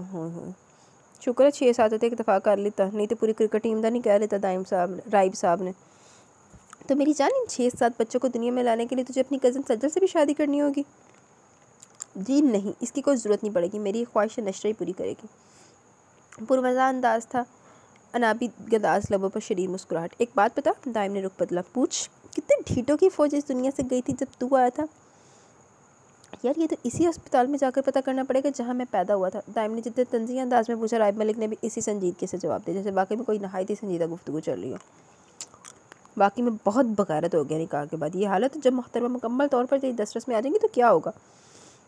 फिक्र मत कर, तेरी तरह हाल नहीं होगा जो शायद अभी भी नाबिया को आई लव यू बोलने में हिचकिचाता है। वो हौले से हंसती है। अब तो कहाँ चला? राय मलिक को उठता देख दाइम ने सवाल किया। अपनी जोजा मोहतरमा से बात करें, सच्ची वो मान जाए तो एक लम्हा न लगाऊं इसे यहाँ से ले जाने में। कल तो जब तक टीवी देख, मैं नशरा से मिलकर आता हूँ। और हाँ, दोपहर के लंच में पिज़्ज़ा और नशरा का फेवरेट कुछ ऑर्डर कर लेना। और ये कुछ फेवरेट नशरा का होगा, वो यकीनन तुझे बताएगी। दाइम ने मुस्कुराते हुए देखा। वही तो पता करने जा रहा हूँ मेरी जान। और वो रुका नहीं, नाबिया के बेडरूम की तरफ बढ़ गया। दाइम ने सिर्फ मुस्कुराती नज़रों से देख कर रह गया। अच्छा तो तुम मुझे ये बताओ, तुमने इस रात राइब को अपना शौहर कहकर क्यों मुखातिब किया? नाबिया ने नशरा से पूछा। राइब मलिक जो अंदर आ रहा था वहीं इसके कदम रुके, वो भी शायद जानना चाहता था।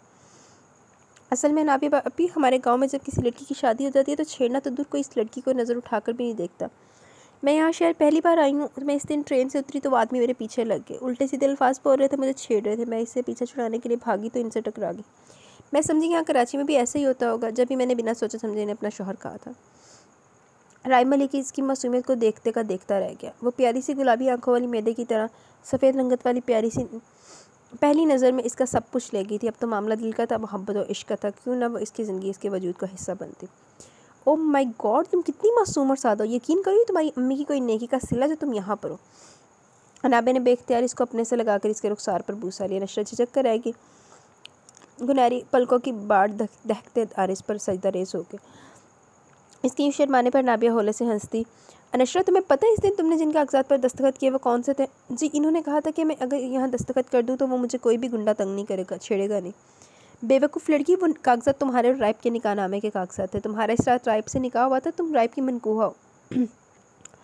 ये आप क्या कह रही हैं? और नाबिया भी आप इनका जिक्र मत करें, मुझे बिल्कुल अच्छे नहीं लगते। नशरा ने बुरा सा मुँह बनाया। अरे वो क्यों? नाबिया ने हैरान होकर देखा। पीछे खड़े राइब मलिक को भी कुछ ऐसी सिचुएशन थी। नशरा खामोश हुई। इसकी खामोशी को नाबिया ने बहुत गहराई से नोटिस लिया। नशरा बताओ ना। नाबिया ने इसके दोनों मोमी हाथ थाम लिए। वो मेरा हाथ पकड़ते और मुझे इधर उधर से भी हाथ लगाते। नशरा का कहा गया रवानी में जुमला जहाँ नाबिया को खिलखिलाने पर मजबूर कर गया, वहीं राइब मलिक को भी पुरसकून हो गया। मामा जान, मेरा इंतखाब गलत नहीं है। यही वो लड़की है जो मेरी मोहब्बत के रंग में ढलेगी, जो मेरी सूनी और वीरान ज़िंदगी में खुशियाँ बखेरेगी। आपकी बहू सज्जन नहीं, अनशरा बनेगी। राइब मलिक की पुरसोच नज़रों पुरसोच चेहरे पर नाबिया की नज़र अचानक ही पड़ी। इसकी रग्गे ज़राफ़त पूरी कुव्वत से जागी। कहाँ कहाँ हाथ लगा दे, मुझे बताओ, मैं डांटूंगी इन्हें, बताओ। वो इससे पहले कि नशरा वाकई से चाय उगल देती, राइब मलिक ने अंदर कदम धर लिया। वो तो है ही बेवकूफ़, मगर नाबिया तुमसे मुझे कतई उम्मीद नहीं थी। राइब मलिक ने अंदर पूरी तरह कदम धरे और चलता हुआ इन दोनों के पास आकर ठहरा। तुम्हारे खान ने बहुत छूट दे रखी है तुम्हें। राइब मलिक ने नाबिया को घूरा, जिसके चेहरे पर ज़माने भर की शरारत रक्सा थी। बहुत गलत टाइम पर एंट्री मारी है राइब तुमने। नाबिया हंसती हुई खड़ी होगी, इसके साथ नशरा भी खड़ी होगी, बल्कि राइब मलिक की मौजूदगी ने इसे घबराहट का शिकार कर दिया। शहर में आकर इतने खराब हालात से गुजर कर इसकी ज़िद्दी जंगजू तबीयत, बदमसाजी, चिड़चिड़ापन, बात बात पर मारना मरना वाली फितरत जैसे बहुत अंदर जा सोई थी। मगर राइब मलिक की वजह से लगता था वो सारी फितरत पूरी अंगड़ाई से जाग रही हो। राइब मलिक ने सही मानों में इसको चिढ़ा दिया था, जिच कर दिया था। मैंने बिल्कुल सही वक्त पर एंट्री मारी है, वरना तुम तो छक्का चौका सब मारने के मूड में थी। अनाबे एक बार फिर जोर से कहकर लगा के हंसी। सच्ची राइब, मुझे बहुत मज़ा आ रहा था। तुम्हारी लाइफ तो हमसे ज़्यादा मज़ेदार गुजरने वाली है। हंसी ना रुकने की तो जैसे अनाबिया ने कसम खाई हुई थी। ये सब तुम्हारी वजह से, बेवकूफ़ लड़की। मैं नहीं आता तो यकीनन सारे सिगरेट का भांडा फोड़ने वाली थी।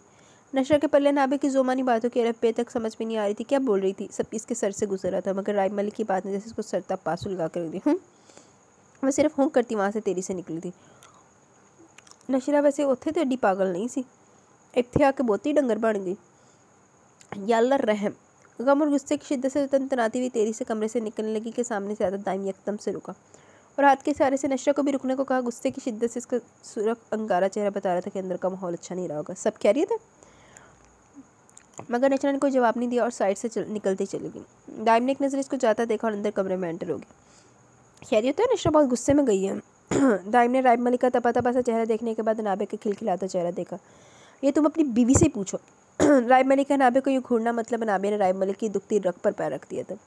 हंसी का एक और जानदार फवारा फूटा था। कितनी मरतबा कहा यूँ बेखुदगी की तरह मत हंसा करो। मैं तुम्हारी हंसी की आवाज़ सुनकर ही आई हूँ। पूरे घर में तुम्हारी हंसी की खनक की गूंज है। दाइम सब कुछ भूले नाबे की क्लास लेने लगा। ओके ओके, नहीं हंस रही। नाबे ने अपने लबों पर दोनों हाथ रख लिया, मगर इन दोनों के चेहरे देखकर फिर से हंसी। नाबे भी बड़ी टेढ़ी खीरा, ये नहीं सुधरेगी, तुम ही निपटो, मैं तो चला। राइब मलिक ने दाइम के शाने पर हाथ मारा और वहाँ से निकलता चला गया। राइम में लेके जाने के बाद दाइम नाबिया की तरफ बढ़ा था। नाबिया सुधर जैसा हो सकता? ए लड़की इधर आ। जी। अरबिश ने वेली की सारी सफाई कर ली थी। किचन समेट कर वो कपड़े धोने जा रही थी कि बड़े से दलान में कुर्सी डाले ज़ुबैदा जहाँ पर आजमान थी। अरबिश इनके हुक्म पर तेरी से आई, सर को झुकाए खड़ी रही। वो लॉन में तुझे दरख्त दिखाई दे रहा है? जहाँ ज़ुबैदा के इशारे पर अरबिश ने लॉन में नज़र डाली, एक लम्हे को इसकी आंखें चंदे आ गई। इन चमचमाती धूप में वह मुश्किल दरख्त देख पाई। जी बड़ी सरकार, तू जाओ इस दरख्त पर से वो छाल तोड़ के ला, मुझे खास जड़ी बूटी बनानी है। ज़ुबैदा जहाँ के पीछे खड़ी रहमत ने हैरान मगर दुख भरी नज़रों से देखा। जी बेहतर।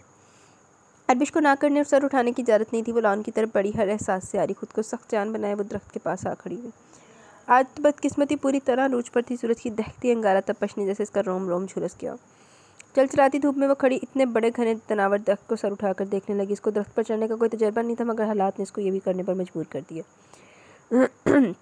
चप्पल उतारे हुए सड़ी दोपहर में गर्म लू देते दरख्त पर चढ़ने की कोशिश करने लगी। एक बार, दो बार, तीसरी बार भी इसका पाँव फिसला। गर्मी और धूप में खड़ी वो पूरी तरह पसीने में शराबूर हो रही थी। आज तो जैसे हवा का नामो निशान भी नहीं था। अपनी बदकिस्मत ज़िंदगी पर खामोश मातम की नाम बिलाकर वो फिर से चढ़ने की कोशिश करने लगी और कामयाब भी हो गई थी। आराम आराम से आहिस्ते से संभल संभल कर वो ऊपर तक पहुँचेगी। हाथ बढ़ाकर छाल तोड़ने लगी। इस तपती धूप में इसने बहुत सारे छाल तोड़ तोड़ कर नीचे फेंके थे। एक आखिरी छाल रह गया। वो थोड़ा दूर था इस नाजुक सी शाख पर मगर हुक्म यही था कि एक भी छाल दरख्त पर नहीं रहना चाहिए। इसने हाथ बढ़ाया मगर इसकी किस्मत की तरह इसकी नाजुक टहनी ने भी दगा दे दिया। वो इस कमज़ोर नाजुक सी शाख की तरह खुद भी तवाज़न बरकरार नहीं रख पाई और इस तपते झुलसते फर्श पर आ रही थी। आखिर सोच तो यही थी कि अब जो आँख खुलेगी तो कब्र में ही खुलेगी। शायद आज हर तकलीफ़ से दर्द से आज़ाद हो जाए। आज इस पल ज़िंदगी से छुटकारा मिल जाए। मगर अभी सांसों को ये गवारा नहीं था। अभी इस रूह को, इस जिस्म को मज़ीद अजियत, मज़ीद तड़प बर्दाश्त करनी थी। इसने जब आँख खोली तो अब इस तपते झुलसते फर्श पर नहीं बल्कि सालाशा की मजबूत आहनी बाहों की गिरफ्त में थी। पूरा ख़ानदान ही लानतियाँ रहा। और शायद इतनी जलन इसे फर्श पर नहीं होती गिरने से जिसकी खोलन से इसका रोम रोम झुलस जाता। जितनी तकलीफ़ तड़प इस वक्त सालाशा की बाहों में शिद्दत से महसूस हो रही थी। सालाशा ने चेहरा और दरख्त की जानिब उठाया और फिर अपनी बाहों में सिमटे घबराए इस वजूद को दगा। इस चेहरे पर खौफ और डर के वाज़ेह रंग थे। वो स्याह नैन सहमे हुए थे जैसे ज़िंदगी की बस चंद ही सांसें बाकी बची हों। अरबिश के बरक्स सालाशा के चेहरे पर जो सुकून था, दिल में ठंडी मीठी बारिश की चंद बूंदें गिरी थी। इसका अंदाज़ भला कौन कर सकता था अंदाज़ा, मगर सालाशा को मज़ीद सुकून चाहिए था। इन गदाज़ जनाबी लबों पर एक पूरी इसरार से मुस्कुराहट थी। इन ब्राउन कांच में एक अजीब सी चमक थी। दूर खड़ी ज़ुबैदा जहाँ को ये मंजर सख्त नागवार गुजरा। क्या ज़रूरत थी सालाशा को उसको बचाने की? गिरने देता, यही तो वो चाहती थी। जबकि पीछे खड़ी जहमत को अंदर ही अंदर बहुत सुकून मिला। कि सालाशा को थोड़ी सी परवाह हुई और अरबिश की। सालाशा मजबूत कदम धरता हुआ अरबिश को उठाया आगे बढ़ने लगा। हो ही ना जैसे लाशा ने परवाह, गंदे अंडे। आज बहुत शदीद गर्मी है बेबे और आपने इसको झुलसती तपती धूप में नंगे पाँव सेन में भेज दिए। सालाशा ने इसकी तरह बोला जैसे बहुत तकलीफ़ हुई हो इसको। ये इसकी फिक्रमंदी देखकर ज़ुबैदा जहाँ के चेहरे पर गुस्से की लाली सी बिखरने लगी। देखे तो ज़रा इसके पैरों में जलन हो रही होगी। इसने अरबिश के सुर्ख पैर देखे। अरबिश की तो वो हालत थी कि काटो तो बदन में खून का एक कतरा नहीं। सालाशा जैसा ज़ालिम चाबर शख्स के मुँह से ऐसी बातें क़यामत की तो निशानी थी। रहमत, जी साईं। रहमत तो खुशी के मारे जल्दी से सालाशा की खिदमत में हाजिर हुई। जा और एक बड़े से टप में गर्म पानी ले गया। देखिए मैं क्या से ना जितने लानती आवे तो कोई लानत ना खिला रहे बेगैरत आदमी। जी। रहमत की तो होंठ से आंखें फटी की फटी रहेंगी। जबकि ज़ुबैदा जहाँ के चेहरे पर जो गुस्से की लाली बिखरी हुई इनमें कमी आने लगी। सुना नहीं तूने? सालाशा ने बड़ी बड़ी सुर्ख आंखों से रहमत को घूरा। जी साईं। रहमत पल लगाए तेरी से अंदर भागी और कोई 1 मिनट में सालाशा के हुक्म की तामील की। सालाशा ने इस गर्म पानी में अरबिश को खड़ा कर दिया। सी अल्लाह रहम। शदीद गर्मी ऊपर से इसका पैर झुलसे हुए फिर इसके ऊपर इस गर्म पानी में इसको खड़ा कर दिया था। ये जुल्म की इंतहा नहीं तो और क्या थी। अरबिश की रूह तक बिलबिला उठी। वो जो समझी थी कि हर एहसास से आ रही होगी थी गलत सोचती थी। इसका रमा रमा तड़प उठा। इंसान नैन से आंसू की एक लड़ी निकल गई थी। ज़ुबैदा जहाँ ज़ोर से हंसती हुई आगे बढ़ी और सालाशा के बाजू पर हाथ रखा। तुम वाकई मेरे बेटे हो। मुझे यकीन है मेरा बदला, मेरा इंतकाम रायगा नहीं जाएगा। सालाशा ने ज़ुबैदा जहाँ को अपने बाजू के घेरे में लिए अंदर बढ़ा। लानती हो, तुम लोगों के साथ जो होनी है ना, तुम लोगों से भी बर्दाश्त नहीं होनी। लानती हो। फिर बहुत गर्मी है, चले एसी में बैठते हैं। जीत की फतह की मुस्कुराहट अरबिश के तकलीफ ज़रा चेहरे पर डालता अंदर की सिम पड़ने लगा। अरबिश। अनशरा बहुत गहरी नींद से जागी और डरो हरास से इसका रोम रोम कांप उठा। वो उठकर बैठी और हाथ बढ़ा के जैसे अरबिश को बचाने की कोशिश कर रही हो। तेरा कितना भुख दे रही हो उत्थे, तू अपनी ज़ुबान नू काबू नहीं रखा, तेरी ज़ुबान दी खटियाँ खा रही। क्या हुआ नशरा, कोई बुरा ख्वाब देख लिया? नाइट करीब से आती इसकी आवाज़ पर नशरा ने पलट कर देखा जहाँ राइब मलिक लेटे से बैठा था। नशरा की नींद और खौफ हरास का सारा नशा हिरन हो गया। आप यहाँ क्या करें? नशरा तेरी से बेड से नीचे उतरी। इस नींद से टूटी गुलाबी आंखों में गुस्सा था, नापसंदीदगी थी, मगर राइब मलिक को वो नींद से टूटी गुलाबी आंखों में अपना सब कुछ टोलता महसूस हुआ। अपना दिल इसकी तरफ खींचता हुआ महसूस हुआ और बगैर कुछ कहे बेड से उतरा। दिल कदम खुद ब खुद इसकी जानिब पड़ने लगे। वो इन आंखों को करीब से देखना चाहता था, इनमें खुद को हमेशा के लिए कैद कर लेना चाहता था, इनमें खुद को हमेशा के अपने नाम की मोहर लबों से मुसब्बत करना चाहता था। देखिए आप यहाँ से चलें। राइब मलिक ने इसके हिलते लबों पर अपनी शहादत की उंगली रख दी। बस खामोश रहो, सुनो, महसूस करो इन लम्हों को, इस पल को, इस एहसास को जो सिर्फ हमारा। वो बहुत कुछ इसको जितलाना चाहता था, इशारों में समझाना चाहता था, अपनी मोहब्बत, अपने साथ का यकीन दिलाना चाहता था, मगर 18 साल नशरा इन बातों, इन एहसास, इस मोहब्बत से बहुत दूर थी। इसका जहन वैसे भी अभी अपने माजी में उलझा हुआ था, अपनों की यादों में भटकता रहता, तो भला कहाँ मोहब्बत और एहसास की गुंजाइश निकलती थी। वो तो अनजान थी इस नए और अचानक बनने वाले रिश्ते से। वो नहीं जानती थी, नहीं मानती थी इस रिश्ते को जिसका एहसास राइब मलिक इसको दिलाता था। इसके अंदर की दुनिया तो वैसे झटकों और जल्जलों की जद में आ चुकी थी, और पता नहीं राइब मलिक क्यों इसकी मज़ीद हलचल मचाने आ गया था। मुझे नहीं पता आप क्या कहना चाहते, बल्कि सच तो ये भी है कि मैं कुछ समझना नहीं चाहती, छोड़े मुझे। नशरा जीच होती हुई इसका हाथ छटकती आगे बढ़ने लगी कि राइब मलिक ने इसका बाजू थाम कर एक झटके से खुद से करीब तक किया। वो नाजुक सी जान खुद में को संभाल नहीं सकी और एक झटके से इसके सीने से लगी। राइब मलिक ने इसकी नाजुक मरमरी कमर पर अपने बाजू का हसार बांधकर इसको मजीद अपने से करीब कर लिया कि मामूली सा भी इंच भर का फासला न रहा। राइब मलिक के गर्म सांसों के थपेड़े नशरा को पूरे वजूद झुलसा गए थे। ज़रूरी नहीं मोहब्बत के एहसास को महसूस करने के लिए समझा जाए। निकाह के 3 बोल ने मेरी पूरी दुनिया उलटती है। दिल तुम्हारी तरफ खींचा है, तुमसे प्यार करने को तरसता है, तुम्हारे साथ पल पल गुजरा वक्त अमर करना चाहता है, मगर तुम ये सब नहीं समझना चाहती हो। लेकिन कोई बात नहीं, आज नहीं तो कल तुम्हें यकीन हो जाएगा मेरी मोहब्बत और चाहत का, मेरे इश्क और जुनून का। खुदा के लिए पीछा छोड़ दें, आप नहीं जानते कुछ भी मेरे बारे में। वो किसी भी तरह से आज़ादी चाहती थी, इससे पीछा छुड़ाना चाहती थी। क्यों छोड़ दूँ तुम्हारा पीछा? तुम्हें क्या लगता है ये सब इतना आसान है नशरा? इस बात को समझो और जानो, बल्कि अपने दिलो दिमाग में भी बिठा लो कि तुम राइब मलिक की बीवी हो। पहले तुम क्या थी, तुम्हारा माजी क्या था, मुझे इससे कोई सरोकार नहीं। हम अपनी नई ज़िंदगी की शुरुआत बहुत सारी खुशियों से करेंगे। नहीं, नशरा इसकी बातों से डर गई और खुद को इसके बाजू छुड़ाने की भरपूर मज़ाहमत कर रही थी। कभी भी नहीं, मुझे आपके साथ ज़िंदगी नहीं गुजारनी, छोड़े मुझे। तो इसका मतलब इतनी आसानी से नहीं मानोगी? ओके, तुम्हें मनाने का एक ही तरीका है, तुम मेरे साथ मेरे घर चलो। राइब मलिक के लबो लहजे में हरधर्मी बोल रही थी। तुम ऐसे नहीं मानोगी, तुम्हें मनाने का पहला तरीका यही है कि तुम मेरी नज़रों के सामने हर पल रहो। जब मेरी नज़रों के सामने रहोगी, मेरे बिल्कुल पास रहोगी, तो तुम्हें मेरी मोहब्बत और चाहत, मेरे जज्बों पर यकीन भी आ जाएगा। कतई नहीं, ऐसा कभी मुमकिन नहीं है। नाबिया अपी। इससे पहले कि राइब मलिक आगे कोई कार्रवाई करता है, इसने नाबे को ज़ोर ज़ोर से पुकारना शुरू कर दिया। पागल होगी क्या? राइब मलिक ने जल्दी से इसके होंठों पर अपनी हथेली रख दी। नशरा पूरी तरह मज़ाहमत कर रही थी इसकी चौड़ी हथेली अपने होंठों से हटा दे, मगर नाकाम ही रही। आखिरकार इसने पूरी ताकत से इसकी हथेली पर अपने मोतियों की तरह चमकते दांत काट दिए। राइब मलिक को चुभन हुई, इसने अपनी हथेली इसके होंठों से हटा ली। नशरा तेरी से पीछे हटी, मगर वो तो साइड से तेरी से बाहर निकलना चाहती थी कि राइब मलिक ने इसके गिर्द एक बार फिर अपने बाजू का हसार खींच दिया। ज़रा भी कुछ नहीं समझती हो। राइब मलिक ने नहायत धीमी से सरगोशी की। नशरा, राइब। बाहर से दरवाज़ा ज़ोर से बजाया जाने लगा। राइब मलिक की गिरफ्त ढीली पड़ी तो नशरा ने इसको धक्का दिया और तेरी से दरवाज़ा खोलने बाहर भागी। दरवाज़ा खुला जहाँ नाबे परेशान सूरत लिए खड़ी थी, नशरा से सख्ती हुई इसके गले से लगी। नशरा को नाबे ने उलझती नज़रों से देखने के बाद राइब को शाकी नज़रों से देखा। वो समझ गई नशरा क्यों रो रही है। राइब मलिक के खफीफ से चेहरे ने सारी कहानी समझा दी थी। अड्डी भी वैसे की हो गई, नशरा छुन्नी का की। वैसे ना नशरा की नज़र लग गई है अरबिश को। ये राफे के साथ जब होती तो देख के कहती नहीं सी कि मेरी भैन का नसीब बड़ा अच्छा है, मैंने भी कोई इदा मिल जाए। हुण तैनूं तो उदा ही मिल गया, तेन बल्कि उस तो भी बेहतर मिल गया। तो तेरी भैन नूं तो छितर ही मिल रहे हर पासे, बेचारी नूं जुल्मों से दम की इंतहा हुई पड़ी है उस पर। आज हवेली के सारे लोग दोपहर के खाने के बाद आकफा की ससुराल चले गए। आज आकफा की नंद की मंगनी थी, इसलिए सबको इनवाइट किया गया था। हवेली में मुलाजमीन और अरबिश के अलावा कोई नहीं था। इस हवेली की बड़ी बहू होने के नाते भी इसका कोई मुकाम, कोई हैसियत और कोई औकात नहीं थी। वो यहाँ खून बहा की वजह से आई थी, और खून बहा में आने वाली लड़की की हैसियत इस हवेली के पालतू जानवरों से भी ज़्यादा कमतर बेहैसियत थी। मगर आज बहुत सुकून में थी, चाहे वो सुकून पल भर का ही क्यों ना हो। रहमत बुआ जी बोलिए। रहमत बुआ जो हफ्ते भर के मटर छील रही थी, मासूम से चेहरे वाली को देखने लगी। आज रहमत ने अरबिश के चेहरे पर बहुत सुकून देखा, और यही सुकून रहमत को भी सुकून में कर गया। शाह साईं की शादी इन्हीं से हो रही थी इतना, जिनकी मंगनी आज। आपको ये सब किसने बताया? रहमत ने मटर छीलने तर्क कर दिया। वो छोड़े, आप बताएं ना कैसे ये था। हाँ, आकफा चौधराइन की नंद से शाह साईं की शादी होने वाली थी, तो इन्होंने क्यों नहीं की? अरबिश का दिल हंसतो चलन जैसी खुराफात से पाक थे, इतने तो रहमत समझ गई। अगर वो शादी कर ले आकफा चौधराइन की नन से तो आपको कोई फ़र्क नहीं पड़ेगा, कोई इतराज़ नहीं होगा। जाने मन से नैन में क्या खोजना चाहती थी?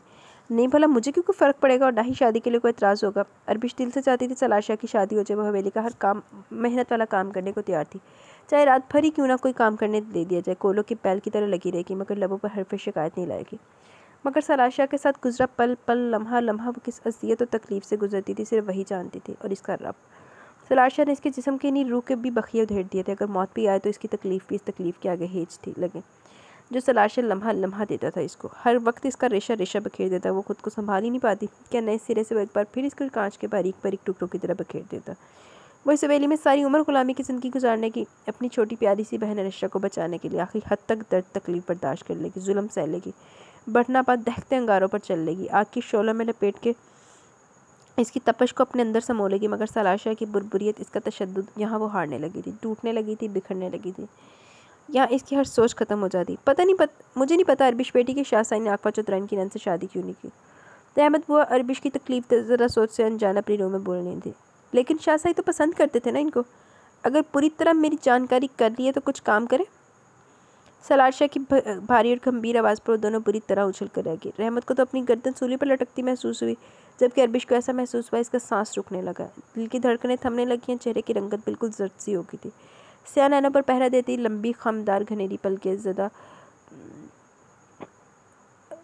जर्द रुखसार पर सजदा रेस थी।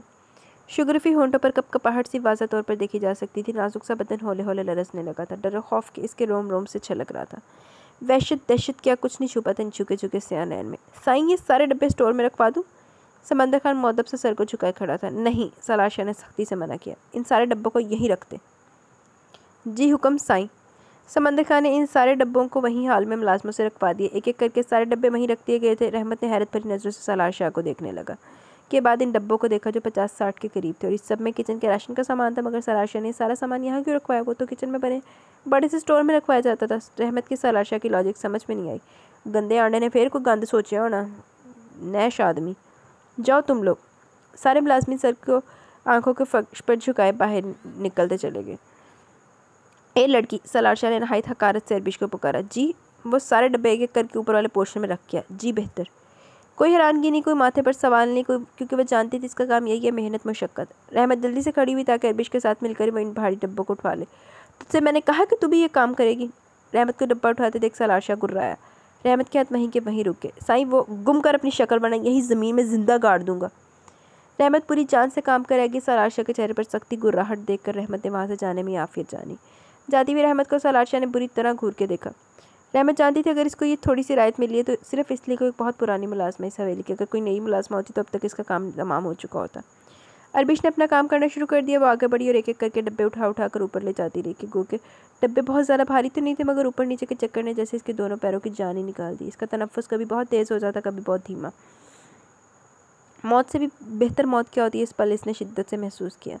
अपने तेज़ रफ्तार धड़कते दिल पर हाथ रखे वो आखिरी डब्बे की जानिब बढ़ी। आज की इस मेहनत ने इसका जोड़ जोड़ तोड़ दिया था। थकन से इसका हर एक उज़ू दुख रहा था और शायद वो ये आखिरी चक्कर सीढ़ी का बर्दाश्त नहीं कर पाएगी। इसके कदम लड़खड़ा के रह गए, इरादे मस्मार हो गए। वजूद पूरा डोल गया। खुद को बहुत संभालते संभालते हुए मार्बल के चमकते फर्श पर गिरने लगी कि सलाशा का लंबा चौड़ा वजूद सामने आ गया। इसकी मजबूत बाहें फैली थी वो, नाजुक सा वजूद इसका मजबूत आहनी बाहों में समा गया। सलाशा ने अरबिश को अपनी मजबूत आहनी बाहों में उठा लिया और आगे बढ़ने लगा। नहीं, बेआवाज़ होंठों से सिर्फ यही एक लफ्ज़ अदा हुआ। पीछे रहमत किचन के दरवाजे की ओर में छुपी ये सारे क़यामत के मंजर देख रही थी, मगर इस कदर बेबस और लाचार थी, कुछ कर नहीं सकती थी। अरबिश का थकन ज़रा वजूद सलाशा की बाहों में था। अब वो जानती थी कि एक वहशी दरिंदे की बुरबुरियत, तशद्दुद और जुल्म का निशाना वो बनने जा रही है। रहमत अपनी चादर का कोना मुँह पर रखे सिसकने लगी। या मेरे मौला किसी को बेटी ना दे, और अगर दे तो किसी का नसीब अरबिश जैसा ना दे। रहमत ने आसमान की जानिब सर उठाकर दोनों हाथों को फैलाकर तड़प कर दुआ मांगी। सलाशा ने इसके थके मांदे वजूद को बेड पर पटका था। तुझे क्या लगा आज तू मेरी दरिंदगी हैवानी से छुटकारा पा लेगी? अरबी के सियार नैन में एक जहाँ का समंदर मौजूद था, मगर इजाज़त नहीं थी समंदर का बंद तोड़कर बह जाने का रास्ता दिया जाए। दिन जैसे जैसे आगे बढ़ेंगे मेरी नफ़रत, मेरी हैवानियत में कमी नहीं होगी, बल्कि तेरी सज़ा हर रोज़ दोगुना बढ़ेगी। सलाशा ने इसका बाजू बेरहमी से पकड़कर अपनी जानिब खींचा। सलाशा का वहशियानापन आज अपने अरूज पर था। कोई 1 घंटे बाद सलाशा निखरा निखरा फ्रेश से तैयार हुआ अपने बेडरूम से बाहर निकला। रहमत जो मटर वापस छीनने बैठी हुई थी, जाते हुए सलाशा के मगरूर चाल को देखने लगी। इस मगरूर फाते चाल का मतलब अच्छी तरह समझती थी। जानती थी कि इन मगरूर फाते कदमों ने किस मासूम बेबस व कमज़ोर लाचार वजूद को रोन डाला। गुलाब की कली की तरह मसल डाला। गाड़ी की आवाज़ पर वो समझ कि वह समंदर खान के हमरा आकफा की तरफ निकल चुका है। रहमत सारा काम छोड़े सालाशा के बेडरूम की जानिब भागी। वो अंदर आई तो जो सोचा था इससे कहीं ज़्यादा तकलीफ दे मंजर सामने था। अरबिश बेयारों बलात्कार बेरहमी के साथ नीचे ड्रेड दबेस कारपेट पर औंधी पड़ी थी। रहमत तेजी से भागती हुई अरबिश के पास आई। अरबिश! रहमत ने अरबिश को सीधा कर अपनी गोद में इसका सर रख लिया। रहमत बुआ! वो बिलखती हुई रहमत की आगोश में अपना चेहरा छुपाने लगी। रहमत बुआ, क्या नसीब है मेरा। हवेली के कामों की मेहनत कोई मेहनत नहीं, मैं मर क्यों नहीं जाती। मुझसे शाहसाई का ये वहशियाना सलूक बर्दाश्त नहीं होता, मगर देखे मैं कितनी ढीठ हूँ, मौत भी मेरे करीब नहीं भटकती। वो हिचकी से ज़ारो कतार रो रही थी। बस कर मेरी बच्ची, बस कर दे, वरना मेरा कलेजा हलक से बाहर आ जाएगा, मेरा दिल फट जाएगा। रहमत बुआ ने सिसकते हुए इसको मज़ीद अपनी खुद में भेज लिया। लानती बगैरत आदमी, ऐसे बंदों को तो बंदा वैसे फैर मार के मार ही दे पकड़ के। अनाबी और दाइम दोनों शॉपिंग मॉल आए हुए थे। कल अनाबी की बर्थडे थी और दाइम इसको कल के लिए इसकी पसंद की शॉपिंग कराने लाया था, और ये भी कल शाम को जो ड्रेस वो पहनेगी वो दाइम की पसंद का होना चाहिए। दाइम! जानी पहचानी आवाज़ पर दाइम ने पलट कर देखा। तब्रेज़! हैरानगियों के सारे पहाड़ों पर गिरे। तब्रेज़ चलता हुआ इसके पास है। बहुत खूब, तो यहाँ ये ऐश हो रहे हैं। तब्रेज़ का इशारा अनाबी की तरफ था, जो दाइम अच्छी तरह समझ चुका था, और ये भी कि तब्रेज़ को गलतफहमी भी, और इससे पहले कि वो आगे कुछ और बोलता इसने नाबे का हाथ थाम लिया, जो तब्रेज़ को तो कभी दाइम को सवाली नज़रों से देख रही थी। Tabrez, she is my wife. What? अब हैरान होने की बारी तब्रेज़ की थी। लाखों सवालात के साथ लातदाद नागवार शिकने भी पेशानी पर मौजूद थी। दाइम, ये कौन है? अनाबी ने बगौर तब्रेज़ का चेहरा नोटिस किया, जिसके चेहरे पर एक सवाल आ रहा था तो एक जा रहा था, और दाइम की बात सुनकर कुछ परेशान भी हो गया। ये मेरा कज़न है तब्रेज़। अरे वाह, ज़बरदस्त! अनाबी को दिल से खुशी हुई, दाइम से मुंसलिक कोई रिश्ता। अपना नंबर दो मुझे, मैं तुमसे फुर्सत से मिलना चाहता हूँ। तब्रेज़ का लबो लहजा बिल्कुल स्पार्ट था, जो सिर्फ दाइम ही नोट कर सका, और इस अखड़े अंदाज की क्या वजह थी वो भी अच्छी तरह जानता था। तब्रेज़, आप हमारे घर आइए, मुझे बहुत खुशी होगी, अनाबी ने खुशी से कहा। बिल्कुल, अब तो आना ही पड़ेगा। इसने तो अपनी खुशी में हमें याद नहीं रखा, मगर इसकी शादी का तोहफ़ा देने ज़रूर आऊँगा। तब्रेज़ ने अनाबी के बराबर में खड़े दाइम को घूरा, जिसने फ़ौरन ही अपनी नज़र चुरा ली। अभी मुझे ज़रूरी मीटिंग अटेंड करनी है, कल मैं आप लोगों की तरफ आता हूँ। तब्रेज़ ने एक भरपूर शिकायती निगाह दाइम पर डाली और आगे निकल गया। दाइम, तुमने बताया नहीं कि तुम्हारा कज़न यहीं रहता है? अनाबी ने ज़हन में खलबलाता सवाल ज़ुबान पर आया। तुम ये सब छोड़ो, ये बात की बात है, पहले ये बताओ कोई सूट पसंद किया अपने लिए? दाइम ने फ़िलहाल इस मौजू पर कोई बात नहीं करना चाहता था। इट्स नॉट फेयर दाइम, कल मेरी बर्थडे, तुम्हें तब्रेज़ को इन्वाइट करना चाहिए था। अनाबी ने नाराज़गी ज़ाहिर की। आहो, तो छोटी जिनी तेरी बच्ची है ना, तेरी पूरी बर्थडे पार्टी मिले। अच्छा बाबा, घर जाकर फ़ोन कर लूँगा, और दूसरी बात, तब्रेज़ के सामने तुमसे बात करने से परहेज़ करना। जो हुक्म मेरे आका। अनाबी हंसते हुए कॉर्निश बजा लाई। अब चले? दाइम इस वक्त इसके साथ तो ज़रूर था, मगर सोचो के सारे ताने बुने बाने तब्रेज़ में ही उलझे हुए थे। वो अच्छी तरह जानता था कि तब्रेज़ अपनी मीटिंग से फ़ारग पाते सबसे पहले इसी की तरफ रुख करेगा। इसे अब शॉपिंग करने कराने में कोई इंटरेस्ट नहीं था। तब्रेज़ से मिलकर इसकी जहन की स्क्रीन पर एक एक करके सारे अपनों के चेहरे झिलमिलाने लगे थे, जब भी वो कुछ टाइम के लिए भूल गया, जिन्हें वो कुछ टाइम के लिए भूल गया था। दाइम, ये वाला देखो कैसा लग रहा है? इसकी सोचों से बेखबर अनजान अनाबी अपने लिए कल पहनने के लिए सूट सेलेक्ट कर रही थी। दाइम ने नहायत चौंक कर अनाबे को देखा। दाइम, आर यू ऑल राइट? मुझे तुम्हारी तबीयत ठीक नहीं लग रही। अनाबे ने इसका चेहरा बगौर देखा। शायद तुम थक गए हो, देर भी तो काफ़ी होगी। चलो छोड़ो, हम घर चलते हैं, बाद में दिल ले लेंगे, कोई इतना ज़रूरी भी नहीं है। इसके लबो लहजे में दाइम के लिए फ़िक्रमंदी बोल रही थी। अरे नहीं, ऐसी कोई बात नहीं। दाइम का एहसास हुआ, ठीक है वो सारी मोहब्बत है अपनी जगह, मगर इस मोहब्बत का भी अपना एक अलग मुकाम है जिसे इसने पाया। चलो एक सूट तुम्हारे लिए ख़रीद लेते हैं, फिर घर चलते हैं। वो अपनी टेंशन में इसकी खुशी को क्यों कर फरामोश कर सकता था, जो इसकी मोहब्बत थी, इसकी अवलीन चाहत, इसकी तमाम सोचों का मरकज़। वो लोग शाम के 7 बजे घर में आ गए थे। सारी शॉपिंग बीबी जान को दिखा दी। दाइम तो कुछ देर में ही अपने बेडरूम में आ गया। आज इसको जिस्मानी थकन से ज़्यादा जहनी थकन थी। थकावट इसके अंदर तक उतरी हुई थी। आज तब्रेज़ को देखा तो अपना घर, अपने चाहने और प्यार करने वाले लोग शिद्दत से याद आ गए। दिल शिद्दत से चाह के हमेशा की तरह इस बार भी वो अम्मा जान के कदमों में बैठ जाए, अपना सर इनकी आगोश में छुपा ले, जहाँ दुनिया जहान का सुकून था। जिस नरम मुलायम गर्म आगोश में चेहरा छुपाए वो अपनी हर जिद मनवा लेता था। ये लोग गर्मा गर्म चाय। अनाबे की करीब से आती आवाज़ ने इसको फिर से सोचों से खींच लिया। थैंक्स।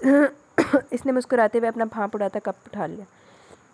मुझे पता तुम बहुत थक गए, तुम्हारे चेहरे से ज़माने भर की थकन टपक रही है। इसने गर्म सिप अपने अंदर उतारा। वो आगे कुछ और बोलते इसका फ़ोन चीख उठा। राइब की कॉल इस टाइम? अनाबे ने बड़बड़ाते हुए अपना मोबाइल देखा और फ़ोन रिसीव कर लिया। हाँ राइब, कहो क्या बात है? अनाबे ने सेल फ़ोन कान से लगाया।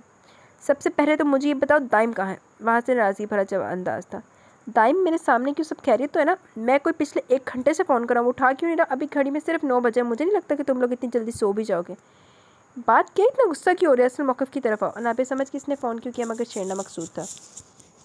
अब ये भी मुझे बताना पड़ेगा? वो तब क्या, बिल्कुल बताना पड़ेगा। वो खिलखिलाई। सख्त जहर लग रही हो। यूँ हंसती हुई। अब हंसना बंद करो, फ़ौरन अनशरा को देख करो। ओए होए, तो जनाब की बेताबी का ये आलम है। उड़ा लो मजाक, तुम पर तो ये वक्त पड़ा नहीं। वो इसके जले भुने जवाब पर ज़ोर से हंसी। दाइम ने इसके हाथ से फ़ोन ले लिया। हाँ राइब, खैरियत? अब तुझे भी पूरी राम कथा सुनानी होगी। दाइम ने अब्रू उचकाकर नशारे से नाबे से पूछा। नाबे ने मुस्कुराते हुए दोनों कंधे उचका दिए। यार तुम दोनों मियाँ बीवी ने अपनी तो नंगियाँ पार लगा ली, मेरा कुछ ख्याल है? तो मेरी जान, अपना ख्याल रखने वाली तो यहाँ से ले जा, किसने मना किया? दाइम को इसकी हालत मज़ा देने लगी। 101 तरीके आते मुझे नशरा को यहाँ से ले जाने के लिए, बशर्ते वो राज़ी तो हो।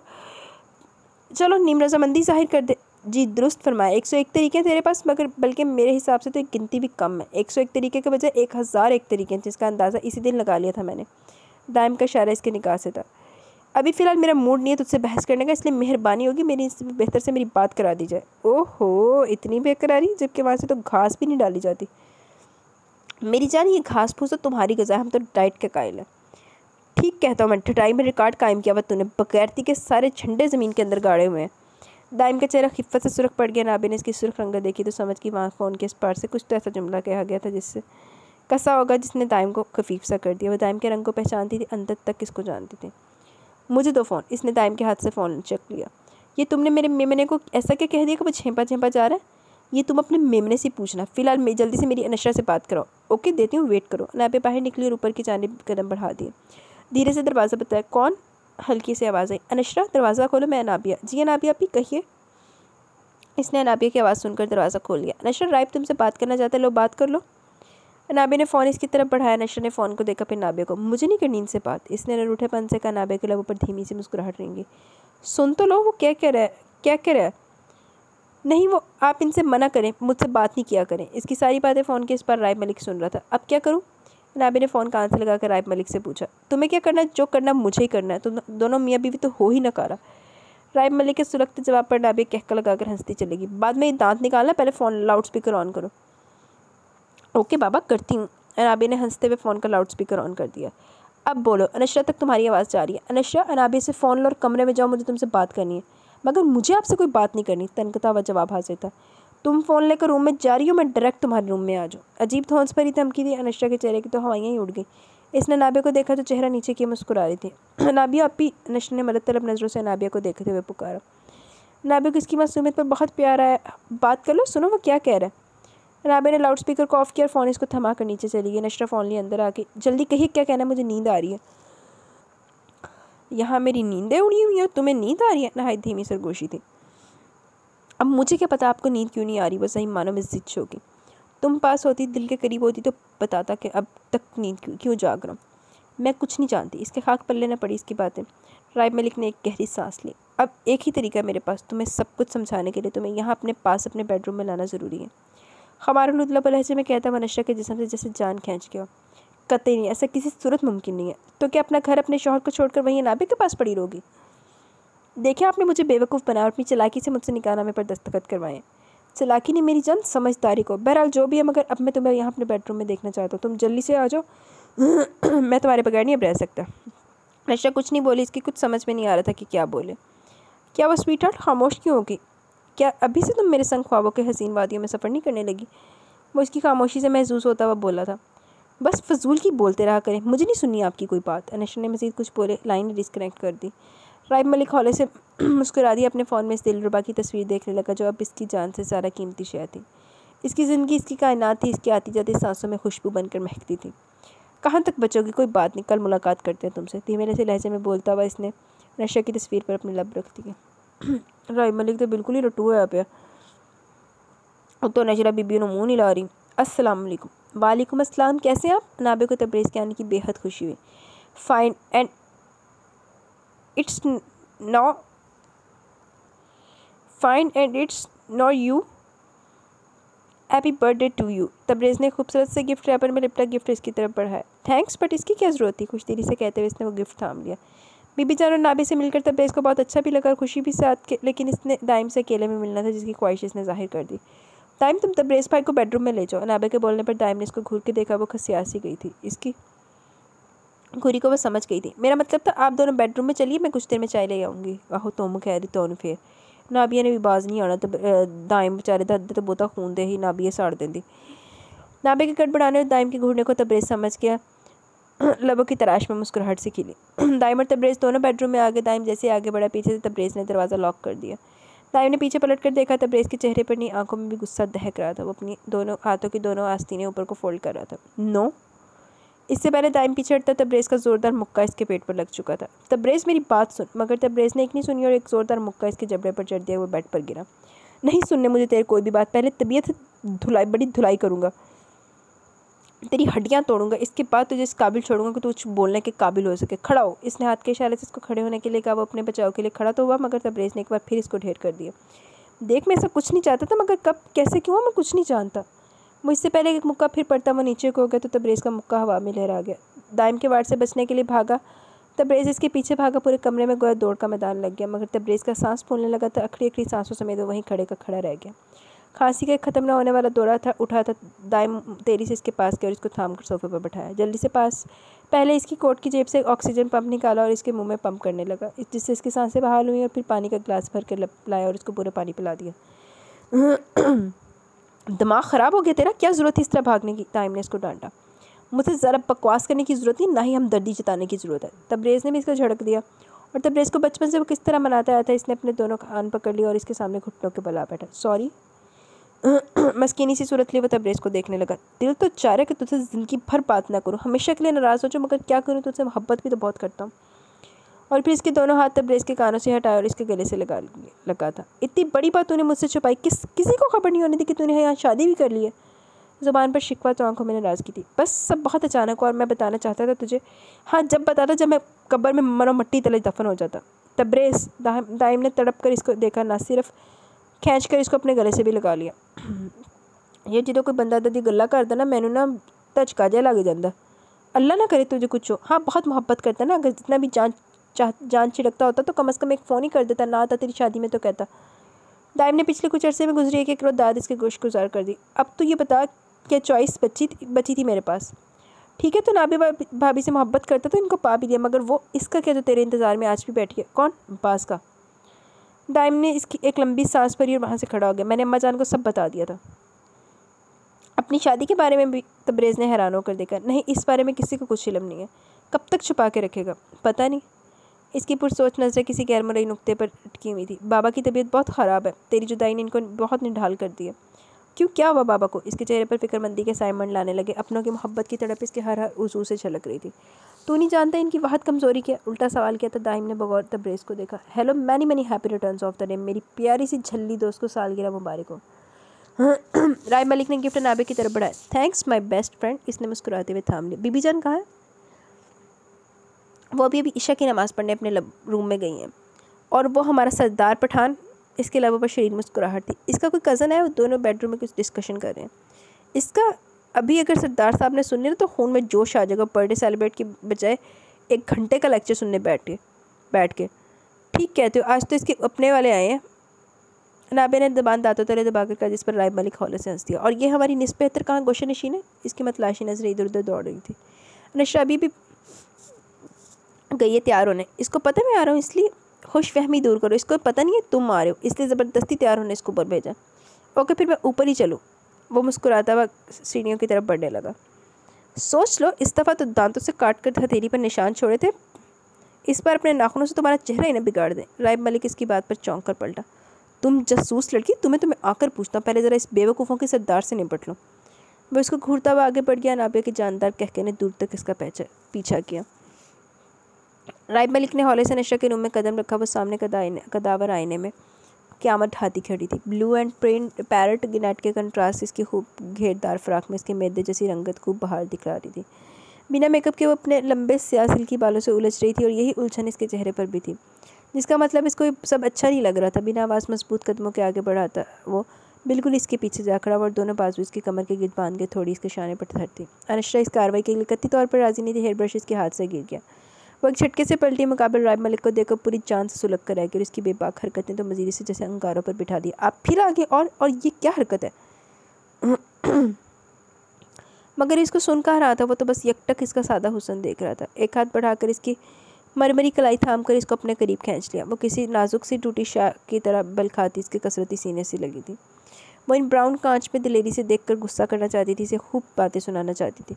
इसने सही मानों में इसको जिच करके रख दिया था, मगर वहाँ तो इसकी कसरती बाहों से आज़ाद करा मगर वहाँ तो शौक़ शरारतों का जहाँ आबाद था, जिसने गुलाबी आंखों को झुकने पर मजबूर कर दिया। वो हल्के से मज़ाहमत करना चाहती थी, खुद को इसकी कसरती बाहों से आज़ाद कराना चाहती थी, मगर मुकाबिल भी लगता था फुल फॉर्म में। इसके किसी इरादे में इसे कामयाब नहीं होने देना चाहता था। राइब मलिक ने इन गुलाबी आंखों में लाख झांकना चाहा, मगर इन पर पहरा देती वो खामदार से या घनेरी पलकों की बाढ़ ने इन गुलाबी आंखों को छुपा लिया था। राइब मलिक तादेर खुद को रोक नहीं सका और इन पलकों पर झुकता चला गया। इस सादे खूबसूरत चेहरे पर जा बजा अपनी बेताबीर बेकरारी की लंबी दास्तान लिखना चला गया। अनशरा ने बहुत कोशिश की इसकी कसरती मजबूत बाहों से खुद को छुड़ाने की, मगर राइब मलिक ने इसकी हर कोशिश नाकाम बना दी। देख लो, जितने दिन आगे बढ़ेंगे, ये लम्हे, ये पल आगे को सिरकेंगे, मेरी मोहब्बत और चाहत, मेरी दीवानगी, मेरी बेकरारी और बेताबी में कहीं ज़्यादा जुनून पाओगी। और ये तो सिर्फ एक छोटा सा नमूना। मेरे साथ मेरे घर चलो, मेरे बेडरूम में, वहाँ तुम्हें बताऊँगा कि सही मानों में मोहब्बत होती क्या है। राइब मलिक को इसकी बिखरती हालत पर रहम आ गया। वो मज़ीद फ़िलहाल इसे किसी इम्तिहान में नहीं डालना चाहता था। 2 कदम पीछे हटे बगौर इसके सरापे को देखने लगा। घबराई सी नशा इसके दिल में उतरती चली गई। गुलाबी होंठों पर बार बार जुबान फेरती बहुत मुश्किल लम्हात में गिरफ्तार हो गई थी। अंदर से बहुत सारा गुस्सा करना चाहती थी, इसे लड़ना झगड़ना चाहती थी, मगर जाने कि वो ढह सी गई थी। इसकी दहकती मोहब्बतों के लमस ने इसको मुकम्मल तौर पर अपनी लपेट में ले लिया था। इसकी लरसती पलकों की बाट कपकपाते होंठ और दोनों हाथों की उंगलियों को आपस में पेवस्त किए बेदर्दी से मरोड़ती हुई राइब मलिक का चैन, दिल का सुकून और करार लूट कर लेगी। इसने सोच लिया ज़्यादा टाइम तक वो इसको यहाँ नहीं रहने देगा, ले जाएगा अपने घर, अपने बेडरूम में, जो इसकी तरफ बिल्कुल अकेला तन्हा था। दरवाजे की हल्की सी दस्तक पर राइब मलिक ने हल्के से रुख फेर के देखा, फिर वापस से नशरा को देखने लगा और मुस्कुराता हुआ दरवाजे की जानिब बढ़ा। दरवाज़ा खोला जहाँ नाबिया खड़ी थी। मुझे पता था ज़रा तेरे दुश्मनों से 2 दिलों का मिलना बर्दाश्त नहीं होगा। बिल्कुल ठीक कहा तुमने, मगर अभी फ़िलहाल थोड़ा सा हालात पर और थोड़ा इस बेचारी पर रहम खाओ। नाबिया की जोमानी बात का मतलब अच्छी तरह समझ कर होले से मुस्कुराता हुआ पीछे पलट कर देखने लगा। जी जब मोहतरमा इतने कील हथियार के साथ सामने आएंगी तो रहम तो दूर होश कैसे रहेगा। नाबिया ने भी राइब मलिक की तकलीफ पर रुक कर राइब मलिक के शाने से उचकाकर अनशरा को देखा। माशाल्लाह, नाबिया ने बेसाख्ता ही कहा। अरे साइड से तो हटो, बीच में जब राइब को परे करती अंदर आ गई। अनशरा, तुम माशाल्लाह बहुत प्यारी लग रही। अनशरा ने इसके रुखसार पर नाबिया ने इसके रुखसार पर प्यार किया। वैसे इतनी तारीफ़ तो मैं भी बहुत अच्छी तरह कर चुका हूँ, शरारत से कहते हुए इसने अनशरा के घबराए चेहरे को देखा। जी हाँ, अंदाज़ा हो रहा है बखूबी के बच्ची किस कदर इस देव हेकल से जिन से डरी हुई है। नाबिया ने मानी खेज मुस्कुराहट बखेरी। अब तो ये तुम पर डिपेंड करता है कि तुम इस डरने सहमने का नाम दो या शर्माने घबराने का। ठीक कह रहा था दाइम कि झटाई में झंडे गाड़ दिए राइब ने। नाबिया के कहने का अंदाज़ कुछ इस तरह था, वो कहका लगाए बिना नहीं रह सका। इससे पहले मैं तुम्हें इस रूम से धक्के देकर निकाल दूँ, तुम्हारी भलाई इसी में खुद ही दफ़ा हो जाओ। ओके बाबा, जा रहा हूँ। वो मुस्कुराता हुआ एक भरपूर नज़र नशरा के सरापे पर डालता कमरे से बाहर निकल गया। इसकी बेबाक नज़र नशरा को खुद में सिमटने पर मजबूर कर गई। वो सही मानों में इसकी खुली और बेबाक हरकतों और बातों से बौखला कर रह गई थी। नशरा, क्या हुआ, क्यों इतनी परेशान हो रही हो? अनाबिया ने नशरा के घबराए हुए चेहरे को बगौर देखा। अनाबिया, अभी ये यहाँ क्यों आते हैं? नशरा के लबो लहजे में कुछ तो ऐसा था कि अनाबिया को चौंका गया, बहुत कुछ सोचने पर मजबूर भी कर गया। नशरा की उम्र ज़्यादा नहीं है, इसकी सोचों में महसूसात दिल में वो जज्बानी जो अमूमन इस जैसी लड़कियों को महसूस कर देते हैं। वो छोटे से गाँव की एक सीधी सादी लड़की है। तुम्हें राइब पसंद नहीं? अनाबिया ने संजीदगी से इसके चेहरे को बगौर देखा। नहीं। नशरा ने नफ़ी में गर्दन हिलाई। ओके, मैं राइब को समझाऊंगी, वो अब तुम्हें तंग नहीं करेगा। सच्ची? इसके चेहरे पर खुशी की रमक खिल उठी। नाबिया ने खामोशी से इसके चेहरे को देखा, फिर मुस्कुराते हुए इसके चेहरे पर हौले से थपकी दी। बिल्कुल सच। दोनों नीचे आई, मगर फिर ये हुआ कि वक्त इस राइब मलिक ने ना इसको कुछ कहा और ना ही नज़र उठा के देखा। सारा वक्त वो बस दाइम और तबरेज़ से बात करता रहा। नशरा ने सुख का सांस लिया, दिलजमी से नाबिया की सालगिरह मनाई। नशरा ने उन्हें वैसे इज्जत नहीं पाजरी, मैंने उत्थे भुगतना पैंदा ना अरबिश वगैरह सारा कुछ, तो फिर लगता पता है।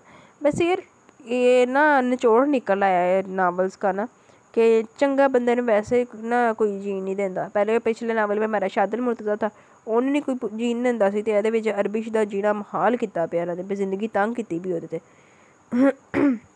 दिसंबर के अवाइल दिन शुरू हो गए थे। ठंड अपने अरूज पर थी। गाँव की खून की और सर्दी खुली थी।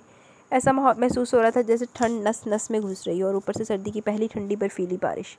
हवेली के भी लोग अपने अपने बेडरूम में लिहाफ ब्लैंकेट में घुस गए थे। हवेली के मुलाजमीन भी अपने क्वार्टर में चले गए। हवेली के साईं लोगों ने अगर अपने बेडरूम्स में हीटर चला लिया तो गरीब मुलाजमी ने लकड़ियाँ सुलगारी, मगर आज तो ठंड किसी तौर कम होने का नाम नहीं ले रही थी। कोई सर्दी से कपकपा रहा था तो कोई ठिठर रहा था, किसी के दांत बज रहे थे तो कोई अपने दोनों हाथों को मसल कर ठंड कम करने की नाकाम कोशिश कर रहा था। और ये सब हवेली के बेचारे मुलाजमीन थे, वरना यहाँ के मालकान को तो कोई मामूली सा भी फ़र्क नहीं पड़ रहा था। अरबिश अपना आखिरी काम निपटा के फारिग हो गई थी, मगर अभी जो असल काम था वो इसके कामों से ज़रा घुटन, मुश्किल और जान सूली पर लटकने जैसा था। सलाशा का सामना, इसका जुल्म, इसकी ज़्यादती सहना, यही सब तकलीफ थे सोचों में घिरी वो बेडरूम में दाखिल हुई। इसके कदम जितने मन भर के थे, रूह पर इतनी जैसे किसी ने भारी सल रख दी हो। बेड पर सलाशा बैकग्राउंड से टेक लगाए अपने मोबाइल में कुछ देख रहा था। अरबिश की आहट पर हल्का सा रुख तिरछा करके देखा और फिर अपना फ़ोन साइड पर रख दिया। ब्लैंकेट से निकलकर जहाज़ी साइड बेड से नीचे उतरा। दोनों हाथों को पुष्ट पर बांधे वो मगरूर राना चाल चलता हुआ स्पाट चेहरा लिए आहिस्ता आहिस्ता आगे बढ़ने लगा। अरबिश के कदम तो वहीं महंगी तरीन कालीन पर जमकर रह गए थे। आती जाती सांसें इसके खौफ से थम कर रह गईं। कमरे से बाहर बेशक बहुत ठंड थी, बहुत सर्दी थी, मगर बेडरूम में हीटर चल रहा था जिसकी गर्माइश इसने अपने अंदर तक महसूस की। मगर इस गर्माइश ने सुकून को आराम नहीं था, बल्कि जिस्म की रग रग में वहशत दर्द दौड़ रहा था। दिल की धड़कनें रुक रुक कर चल रही थी। सोचों के ताने बाने बस इसी बात में उलझे हुए थे कि सालाशा का बढ़ता अगला कदम क्या है। वो अब कौन सी सज़ा की वो हकदार ठहराई जाएगी। इसका चेहरा बिल्कुल सफ़ेद पड़ने लगा। इन स्याह नैन में एक समंदर मौजूद था जिसकी बंद तोड़ने की कतई कोई इजाज़त नहीं थी। सलाशा ने बगौर इसकी जर्दी में खुली रंगत देखी। तुम्हारे डर और खौफ, तुम्हारे चेहरे की सफ़ेद पड़ती रंगत, तुम्हारे जिस्म और रूह का लरसना, कपकपाना, तुम्हारे दिल का सहमना, कांपना, ये सब देखकर मुझे मेरे दिल को जितना सुकून मिलता है, जिस कदर तमानित मिलती है, इसका तुम्हें मामूली सा भी अंदाज़ा नहीं है। और सोचो जितना सुकून, जितनी ठंडक मुझे मिलती है तो वहाँ ज़ोया को कितना सरूर मिलता होगा। और मैं यही तो चाहता हूँ कि ज़ोया को पल पल राहत मिले। वो देखे कि इसको इतनी अजियत भरी मौत देने वाले का क्या हाल है, इसका बदला, इसका इंतकाम कैसे लिया जा रहा है। तेरे वगैरह जेडे इदा दे हुण गल्लां करदे ना सरूर लै रहे हैं, बाद दे विच अपने आप अपने शीशा देखने के काबिल नहीं होंदे कि शीशे विच उठ के सी अपनी शक्ल ही देख लीए। अरबिश ने अपना चेहरा झुका लिया था। लरसती पलकें दहकते आरिस पर सजदा रेज़ थी। सलाशा ने खामोश होकर पल भर के लिए इसको देखा और फिर अपने रूम के टेरेस पर देखा जहाँ सर्दियों की पहली ठंडी बारिश, मूसलाधार बारिश बरस रही थी। आज बहुत ठंड है ना? अरबिश ने चौंक कर सलाशा को देखा। इसका रूम के टेरेस पर था। बाल क्लास के इस बार मूसलाधार ठंडी बारिश हो रही थी। अरबिश का वो बारिश देखकर अंदर तक कपकपी सी दौड़ गई। रीढ़ की हड्डी सनसना उठी। इसके शुगरफी होंठ कांप कर रह गए। अपनी इस कैफियत को काबू में करने के लिए इसने अपने दांतों को सख्ती से खींच लिया। जाओ वहाँ।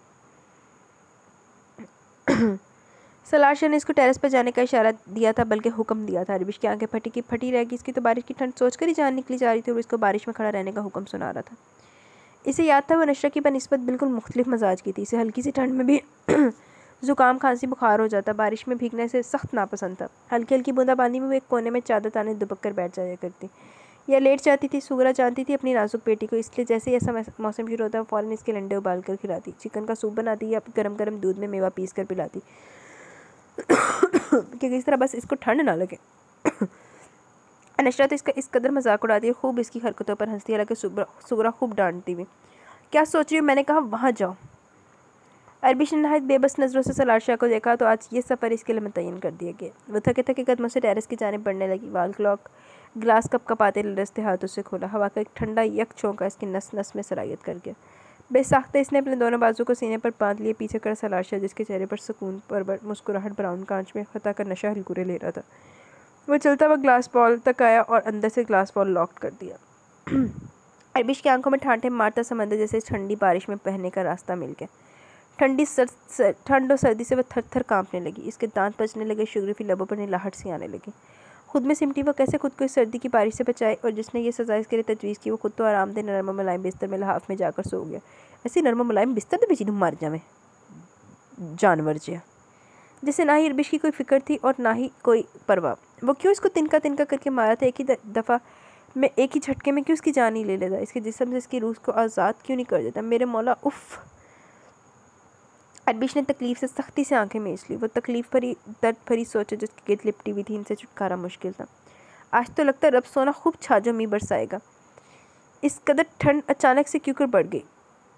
रहमत सीसी सूसू करती अपने क्वार्टर की खुली खिड़की बंद करने लगी, जो हवा के तेज़ झोंके से खुल के इसकी नज़र ऊपर सलाशा के बेडरूम के टेरेस पर पड़ी तो ऐसा लगा बिजली इसके सर पर आ गिरी। इसकी आंखों से अश्क बार बहने लगे। कोई किसी मासूम और मजबूर लाचार को कुछ नहीं कर सकती थी। मदद तो दूर की बात, हमदर्दी के दो बोल भी बोलना गुनाह था। मैं तुम्हारे लिए दुआ के सिवा कुछ नहीं कर सकती अरबिश बेटी। नहायत दुख भरी नज़रों से रहमत ने टेरेस पर भीगती अरबिश को देखकर सुकड़ी सिमटी सी अरबिश पर रहमत को बहुत तरस आ रहा था। अस्सलाम वालेकुम बाबा जान, कैसे हैं आप? दाइम की आंखें नमी से भर गई। 1.5 साल बाद इनकी आवाज़ सुन रहा था। वालेकुम अस्सलाम। जिंदा और अपनी ज़िंदगी के दिन पूरे करें। भराई हुई आवाज़ ने दाइम के दिल को तड़पा दिया। ऐसा क्यों बोल रहे हैं बाबा जान? इस सवाल का जवाब भी तुम्हारे पास है बेटा। मैं मजबूर था, आपका फ़ैसला मेरी ज़िंदगी के लिए बेहतर नहीं था, सामने बैठे तब्रेज़ को देखते हुए कहा था। हाँ ठीक कहते हो, मजबूरियों की बेड़ियाँ तो एक सिर्फ तुम्हारे पैरों में बंधी हैं। तुमने तो ये भी नहीं सोचा कि जिस मोहब्बत, उम्मीद और आस की बेड़ियाँ हमारे हाथों में बंधी गई हैं, एक तुम्हारे फैसले और तुम्हारे जाने से किस कदर कमज़ोर हो गए। मोबाइल के इस पार से आती इस आवाज़ ने इस पल भर के लिए इसको खामोश कर दिया। आगा अकबर खान ने नहायत गहरे से दाइम की खामोशी को महसूस किया। बैरकफ, ये सब तो ज़िंदगी का हिस्सा है। जिसके नसीब में जितने दुख, जितने आंसू, जितने दर्द लिखा है, इसको वही मिलेगा, अब चाहे ये तकदीर का खेल हो या फिर कोई खुद से देना चाहे। दाइम खान ने अभी भी कुछ नहीं कहा। आगा अकबर खान की बातें इसके लफ्ज़ों में बोलता दर्द इसको बहुत छोटा कर रहा था। तब्रेज़ खान ने दाइम खान के हाथ को हौले से दबाया और इशारे से पूछा, क्या हुआ? दाइम ने नफ़ी में गर्दन इधर उधर हिलाई। माफ़ी नहीं मिल सकती? हमारा क्या, हम तो तुम्हारे बूढ़े माँ बाप हैं। हमारा दिल अपनी औलाद के लिए बहुत वसी होता है। ये तो औलाद है जिनके दिलों में बर्दाश्त, कुछ सहने की गुंजाइश नहीं निकलती। इधर दे मुझे फ़ोन। 1.5 साल बाद मेरे बेटे का फ़ोन है और आपने अपनी शिकायतों की पूरी हिस्ट्री खोल दी है। वहीं मौजूद गुलनाज ने आगा अकबर खान के हाथ से मोबाइल ले लिया। कैसा मेरा बेटा, खुश हो ना? कोई तकलीफ़, कोई परेशानी तो नहीं मेरे जिगर गोशे को? मोबाइल के इस पार से कल तक चहकती आवाज़ ने दाइम खान के दिल में ठंडक का एहसास जगाया था। वो जो आगा अकबर खान की आवाज़ ने इसको शर्मिंदगी और एहसास नदामत की गहराइयों में धंसा दिया, गुलनाज की ठंडी मीठी आवाज़ ने उम्मीद की किरण दिखाई। वो जो खुद को मरता हुआ महसूस कर रहा था, एक बार फिर जी उठा था। आप लोगों के बगैर कैसा हो सकता हूँ अम्मा जान? ऐसा महसूस होता है आप लोगों के बगैर अधूरा, बिल्कुल अकेला हूँ, तपते सहरा में झुलसती धूप में तन्हा खड़ा हूँ। तो मेरी जान, क्यों हमसे दूर हो? क्यों हम बूढ़े माँ बाप को सजा दे रहे हो? पल पल, लम्हे लम्हे तुम्हारी याद में घुट घुट के मरे हैं। हर रोज़ दरवाज़ा देखते, तुम्हारे आने की राह तकते हैं। तुम अब आओगे और हमारी बुरी आंखों की थकन दूर हो जाएगी, हमारे दिल को सुकून करार मिल जाएगा। मगर अब तो ये आंखें थकन से चूर होगी। ये दिल एक तुम्हारे घर वापस आने की उम्मीद खोलने लगा। मेरी जान, बस एक बार अपनी बूढ़ी अम्मा जान को अपना चेहरा दिखा के चले जाओ, फिर ज़िंदगी से कोई शिकवा, कोई गिला नहीं होगा। अम्मा जान, दाइम खान का दिल खून खून हो गया। वो तड़प कर रह गया। खुदा के लिए ऐसा मत बोलिए, मेरा दिल फट जाएगा। इसकी आंखों से चंद कतरे निकल पड़े। तब्रेज़ खान को अंदाज़ा था अम्मा जान बेशक अपनी सारी औलादों से बेपनाह मोहब्बत करती थी, मगर जो अहमियत दाइम खान को मैसर थी वो किसी को ना थी। पर किसी को भी दाइम खान से मामूली सी भी हसद जलन नहीं थी, बल्कि सभी दाइम खान से बहुत मोहब्बत करते थे, इसको चाहते थे, अहमियत देते थे। अगर कोई प्रॉब्लम में फंस भी जाता तो सीधा दाइम खान से मशवरा लेने पहुँच जाता। मैं आऊँगा आपके पास, बहुत सज़ा काट ली अकेले रह के। सच कह रहा तू? अम्मा जान की आवाज़ को जैसे एक नई ज़िंदगी मिल गई। बिल्कुल सच। फटते जज्बात से इसका दिल भरा है। सामने बैठा बकौर दाइम खान को तकता था तब्रेज़ खान, इसकी आंखों में भी नमी भर गई। ठीक है, मैं इंतज़ार करूँगी और पूरे घर को नए सिरे से चमका दूँगी। घर को एक एक शे बदल दूँगी। Furniture, curtain, colour scheme, carpet, showpiece को हर शे में तुमको तब्दीली मिलेगी। और अकेले मत आना, मेरी बहू अनाबिया को भी साथ लेकर आना। जी? वो हैरत भरी नज़रों से तब्रेज़ को तकने लगा। वो तो इस सब वक्त में अनाबिया को बिल्कुल ही भूल गया था। क्या जी, लाओगे ना अनाबिया को भी? हमें तब्रेज़ ने सब कुछ बता दिया। दाइम? अम्मा जान ने कोई जवाब न पाकर इसको पुकारा। ठीक है अम्मा जान, मैं अनाबिया को अपने साथ ले आऊँगा। तो ठीक है, मैं जाती हूँ और तुम्हारे अपने बहू अनाबिया के आने की खुशी में घर को सजाती हूँ, संवारती हूँ। गुलनाज के जिस्म में जैसे किसी ने नई रूह फूंक दी हो। अम्मा जान ने मोबाइल वापस आगा जान के अकबर खान के हाथ में थमा दिया था। तुम्हारी अम्मा जान बहुत कमज़ोर हो गई हैं। तुम्हारे जाने से इनकी ज़िंदगी में बहुत बड़ा खला है और आजकल बीमार रहने लगी। इनको झूठे बहलावे, झूठी उम्मीदें दिलासे मत दो। आगा अकबर खान ने बेबे गुलनाज की खुशी से चमकते चेहरे और चहकते लबो लहजे को मद्देनज़र रखते हुए ही कहा, जो अभी भी दाइम खान की मरहूने मिन्नत मिला था। नहीं बाबा, मैंने अम्मा जान को कोई दिलासा या तसल्ली नहीं दी। मैं वाकई आना चाहता हूँ, वापस आप लोगों के दरमियान रहना चाहता हूँ। दाइम खान ने यकीनी लबो लहजे में इनको यकीन दिलाना चाहा। अल्लाह हाफिज़। आगा अकबर खान ने मज़ीद कोई बात कहे बगैर अल्लाह हाफिज़ कह दिया। दाइम खान ने मोबाइल टेबल पर रखा और एक सर्द सांस फिज़ा में खींची। बाबा को यकीन नहीं कि मैं इस्लामाबाद आ रहा हूँ? तब्रेज़ खान ने हौले से कहा। वो इसलिए कि इसमें यकीन करने वाली कोई बात नहीं। 1.5 साल तुम अपने चाहने वालों से, अपने घर से, अपने शहर से दूर हो। मतलब हम सबको छोड़ के चले गए थे। तो मेरे छोड़ने की जाने की वजह भी तो तुम अच्छी तरह जानते हो, मगर ये कोई मसले का हल नहीं और ना ही बाज़गाह का कोई कसूर। एनीवेज, हम बाद में इस टॉपिक को डिस्कस करेंगे, अभी कुछ मंगवाओ। वो दोनों महंगे तरीन होटल में आज लंच के लिए आए थे, मगर बल्कि तब्रेज़ ने इसको 11 बजे यहाँ बुलवाया था, जहाँ बहुत सारी बातें आराम से डिस्कस कर सकें, साथ अच्छा सा लंच भी हो जाएगा। तब्रेज़ ने वेटर को ऑर्डर दे दिया था। दाइम? तब्रेज़ ने हौले से पुकारा। हाँ बोलो। नाबे भाभी तुम मान जाएंगी ना? दिल में खदशा था जो ज़ुबान पर भी आ गया। दाइम ने पुरसोच नज़रों से तब्रेज़ खान को देखा। क्या सोच रहे हो? तब्रेज़ ने इसके चेहरे पर हाथ लहराया था। पता नहीं, इस बारे में तो मैंने सोचा ही नहीं। अगर नाबे भाभी ने जाने से इनकार कर दिया तो? मगर वो जाने से इनकार क्यों करेगी ना? इतना समझी वाला सवाल था। अपनी बीबी जान की वजह से, क्योंकि वैसे सोचेंगे अगर वो तुम्हारे साथ इस्लामाबाद चलेगी तो यहाँ कराची में इनकी बीबी जान अकेली रह जाएंगी, और अगर हम बीबी जान को भी अपने साथ इस्लामाबाद ले जाएँ, अपने तो इसने बहुत अच्छा हल निकाला। और अगर बीबी जान हमारे साथ इस्लामाबाद जाने को राज़ी नहीं हुई, तूने सोच लिया हर बात को नेगेटिव ही बोलेगा। ताइम खान ने तबरेज़ खान को बुरी तरह घूरा और मुझे अपनी बेसर के मशवरे देकर टेंशन देगा। बेसुरे मशवरे? मैं तो आने वाले हालात की आगाही दे रहा हूँ बस। तबरेज़ खान इसकी हालत से लुत्फ़अंदोज़ होते हुए मुस्कुरा दिया। तू तो अपने हालात की आगाही अपने पास खुद ही रख, मैं खुद ही कुछ सोचता हूँ। इस इस्ना में वेटर भी इनका ऑर्डर करदा लंच ले आया था। जी तो गाइज़ यहाँ पे हमारी सेकंड एपिसोड अपने इख्तिताम को पहुँची। कैसी लगी आपको एपिसोड? अपनी राय का ज़रूर इज़हार कीजिएगा। इंशाल्लाह कल मिलेंगे न्यू एपिसोड के साथ। अभी डेली मेरी कोशिश यही होगी कि डेली आपको 1.5 घंटे की एपिसोड ही दी जाए, तो अपना भरपूर रिस्पांस शो करें। मैं आपके लिए इतनी बड़ी बड़ी एपिसोडें लेकर आ रही हूँ, तो अभी मुझे इजाज़त है, टाइम बहुत हो गया। अभी इसको कंपाइलिंग में भी टाइम लगना है। अभी पता नहीं आप तक पहुँचती कितने बजे। ठीक है, मुझे इजाज़त है।